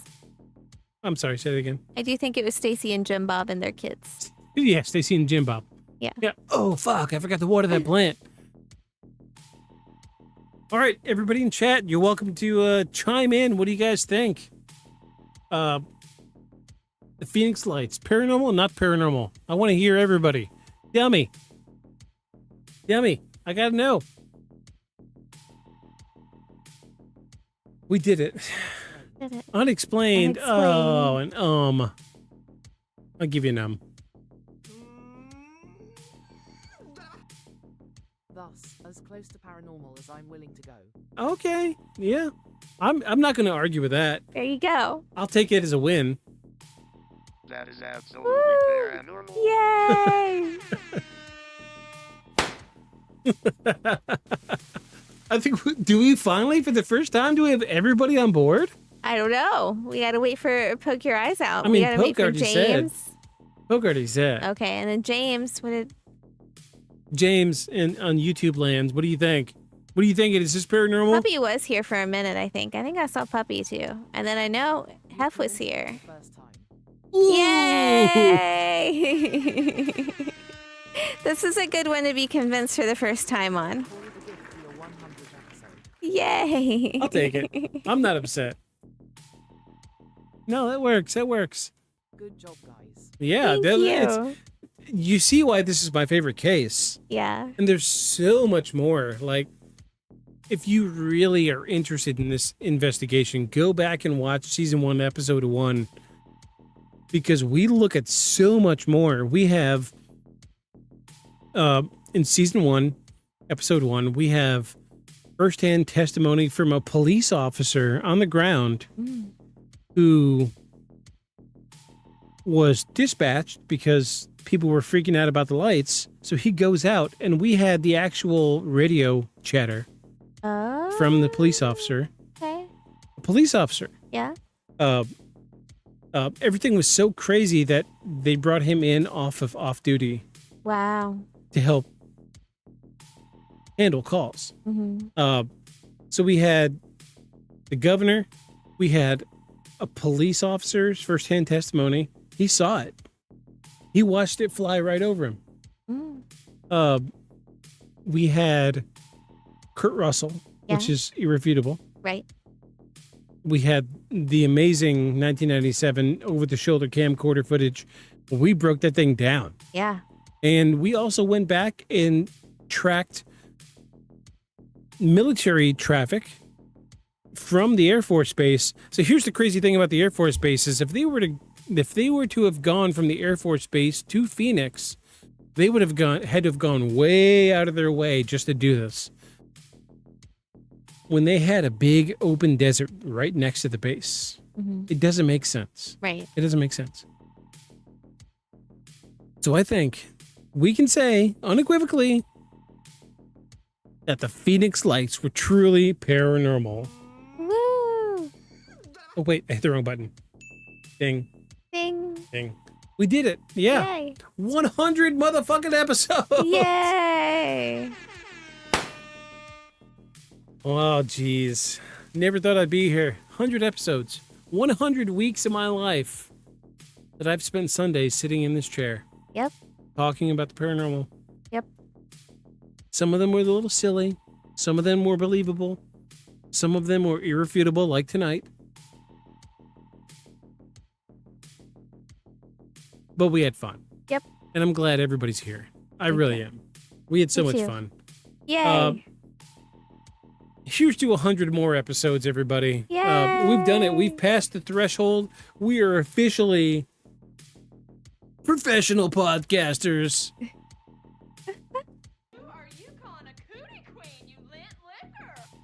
Professional podcasters. Professional podcasters. We've done Go. it. 100 episodes. Yes. 100. That's a lot. It is a most delightful way to end my week. Thank you so much, guys. Thank you. Thank you for being here.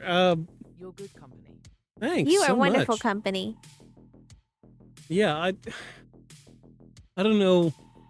I don't know that I don't know that I would have kept up podcasting if it wasn't for people like World or Poke or Blip or Hef. I probably would have lost steam, honestly. I'm glad every single one of you are here. This has been like a side project from the beginning, but honestly, it's been a dream of mine since I was a little kid.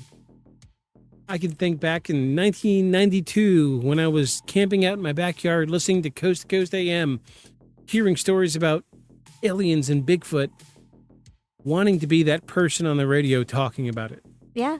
I mean, we're not on the radio, but We're close enough. This is close enough. Radio adjacent. Yeah, radio adjacent. But I'm so glad every single one of you are here tonight. Thank you for making my obscure hobby and dreams come true. Thank you so much. This has been an incredible journey. I made the heartbeat track after that BTW. Yeah, that's the inspiration. This track we're listening to right here is inspired by the theme song from Coast AM. And that's why we use the heartbeat, because that's what he did in Coast AM. Yeah. Yeah, it was my foundation. I can't. Back AFTR ads. Ads. Okay, we'll hang out for just a few more minutes until ads are done. Because you got to be fair to the people. Not everybody's got $8 to spend on a sub. It's totally fine. Totally fine. And I think that's where a lot of streamers fall short. They don't care when people have to sit through ads. Mm-hmm. I can't think of the streamer off the top of my head, but he's getting like a lot of traction right now because he'll be playing games and he'll stop playing games, hit escape and pause the game and wait till everybody comes back from ad break. Oh, wow. Just so everybody can be there for the stream, because he knows not everybody can afford the sub. I mean, that's why we lowered the cost of the redemptions so everybody can participate in the basil bass drop and the olive oil drum and bass and the potato oh my and the chicken attack. And the chicken attack. You know what? Let's do it. Let's do it. There's a potato my. Chicken attack. Chicken attack. Sweet chicken. Oh, potato's gonna be real blurry. Brussels. Potatoes, huh? Potatoes. Boil them, mash them, stick them in a stew. Welcome back from ads. Oh, what was falling? Bulbasaurus up here front and center. Well, all right, folks. We've done it. We've reinvestigated our first episode from season 1, episode 1 of Beyond the Shadows podcast. And we've decided again that the Phoenix Lights are truly paranormal. Yes. We've done it. I'm very happy because it is my favorite UFO case. I think we can say unequivocally that I'm not saying it's space aliens, right? But it goes without saying it's fucking space aliens. Who are you calling a cootie queen, you lit liquor? aliens. Licking aliens. Licking aliens. Yeah. Well, all right, folks. We've got a little closing monologue to read. Thank you, everybody, for being here tonight. Yay. Hazel will not be here next week. Will not. I don't know what we're going to do, but we're going to come up with something fun. I have a huge list. of stuff to go through. Yep. We'll find something. Hopefully, if all goes well, I'll have an email to read next week of somebody's demonic haunting, a personal story. We'll see what that's all about. See if this guy actually comes through. Special guest. Ooh, yeah. You could have a special guest. That would be nice. I'd love to get Aeon back. I don't know. We'll see what happens. We'll see what happens. We'll see. But I muted myself. Thanks again, everybody, for being here tonight. Our 100th episode. So glad we made it. So very, very glad we made it. 6.16% of podcasters don't make it this far. Or do make it this Or far. do make it this far. Yeah. So we're doing good. Yeah. We're doing good. Strong. And it's all because of you guys. It is. Thank you so much. And thank you again, Pokerise Out Radio, for your amazing backing track that you've made. Thank you, Worlds of Confusion, for being here every week. Thank you, Blib, even though you're not here. Thank you, Hef, even though you're not here. You guys get an MLG horn and a lit liquor. Thank you, James. Thank you, James, in YouTube land. Geez, y'all are so amazing. I'm so glad that y'all can find 2 hours out of your very busy days to sit and listen to our obnoxious ramblings. I know it can get a little long-winded, especially when I do like 3+ beers. And when I have a Benadryl before we start. And when your brain is floating in Benadryl land. I have not seen the Hat Man. She hasn't seen the Hat Man yet. The night is still young. Hopefully we won't see Bloody Mary, but you know, that's the way it goes. Hopefully I'll see all of y'all next week. Don't leave me alone. I don't want to be talking to a brick wall here. Y'all come back next week and we're going to have some fun. We're going to have a redemption for phone talk, 30 seconds of phone talk, something. Okay. We'll figure it out. I'm going to set that up this weekend. And I don't know what we're going to do next week, but we'll come up with something. We'll probably have Jack in the co-pilot seat next week. Yeah. Don't forget to bring them a stuffed animal too. Okay.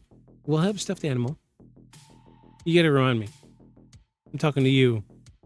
What's confusion? Remind me. But until then, we do have a closing monologue to get through, and we're going to get the hell out of here because we are adults and we're tired. Yes. Tired. And drugged. And drugged and alcoholed. So the same. We're about the same. And I got to use the bathroom again. So, thank you everybody for being here tonight. Thank you for your continued support. Thank you for making episode 100 completely amazing. For those of you listening on Spotify land or Apple Podcast land, flip over, check out the YouTube channel. We have lots of links to the socials. If you have a personal paranormal tale case claim, a personal story of a haunting, a cryptid, a ghost experience, something unexplained, feel free to email us at beyondshadowspodcast@gmail.com. Love to hear these stories. Hopefully next week we'll have one.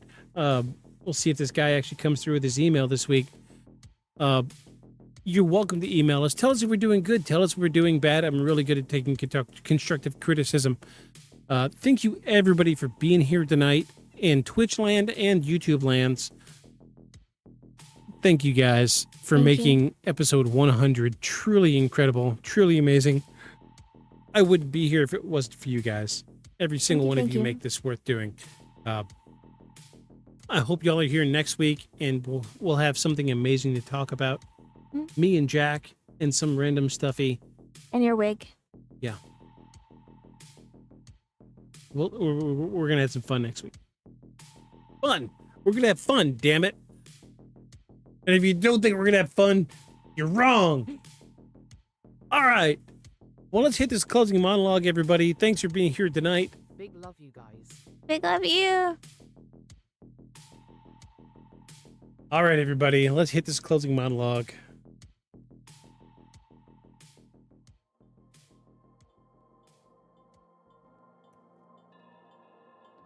"100 episodes ago, we started this podcast because we were fascinated by stories exactly like this one. Cases that sit in that uncomfortable space between explanation and mystery. And after covering haunted houses, cryptids, alien encounters, government conspiracies, and everything in between, we somehow ended up right back where we started. Looking up at the sky. The Phoenix Lights case has survived for nearly 30 years because nobody has ever been able to fully bury it. Every explanation seems to answer one part of the story while creating new questions somewhere else. Maybe the military flare explanation accounts for some of the lights. Maybe witnesses misjudge what they saw in the darkness. But it still leaves thousands of people who walked outside at night and came away convinced they witnessed something extraordinary.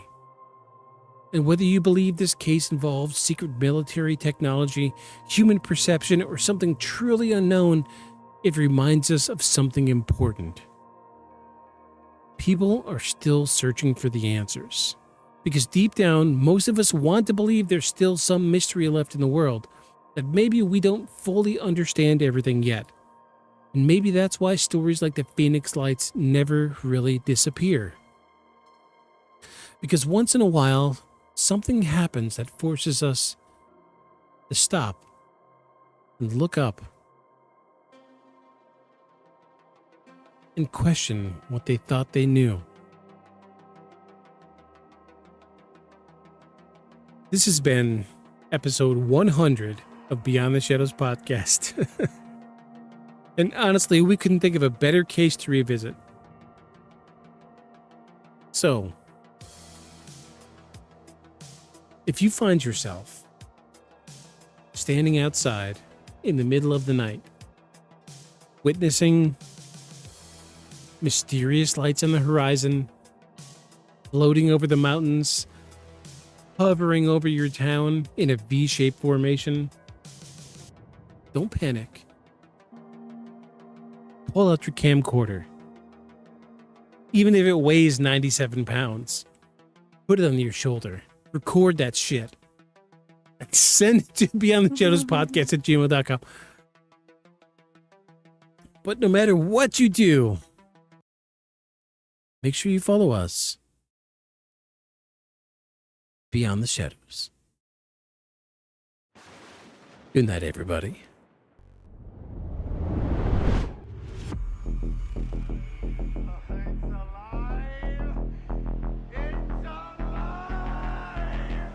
Creature like that. How would it ever die? And this monster that's running right at me. Annihilated by nuclear bombs.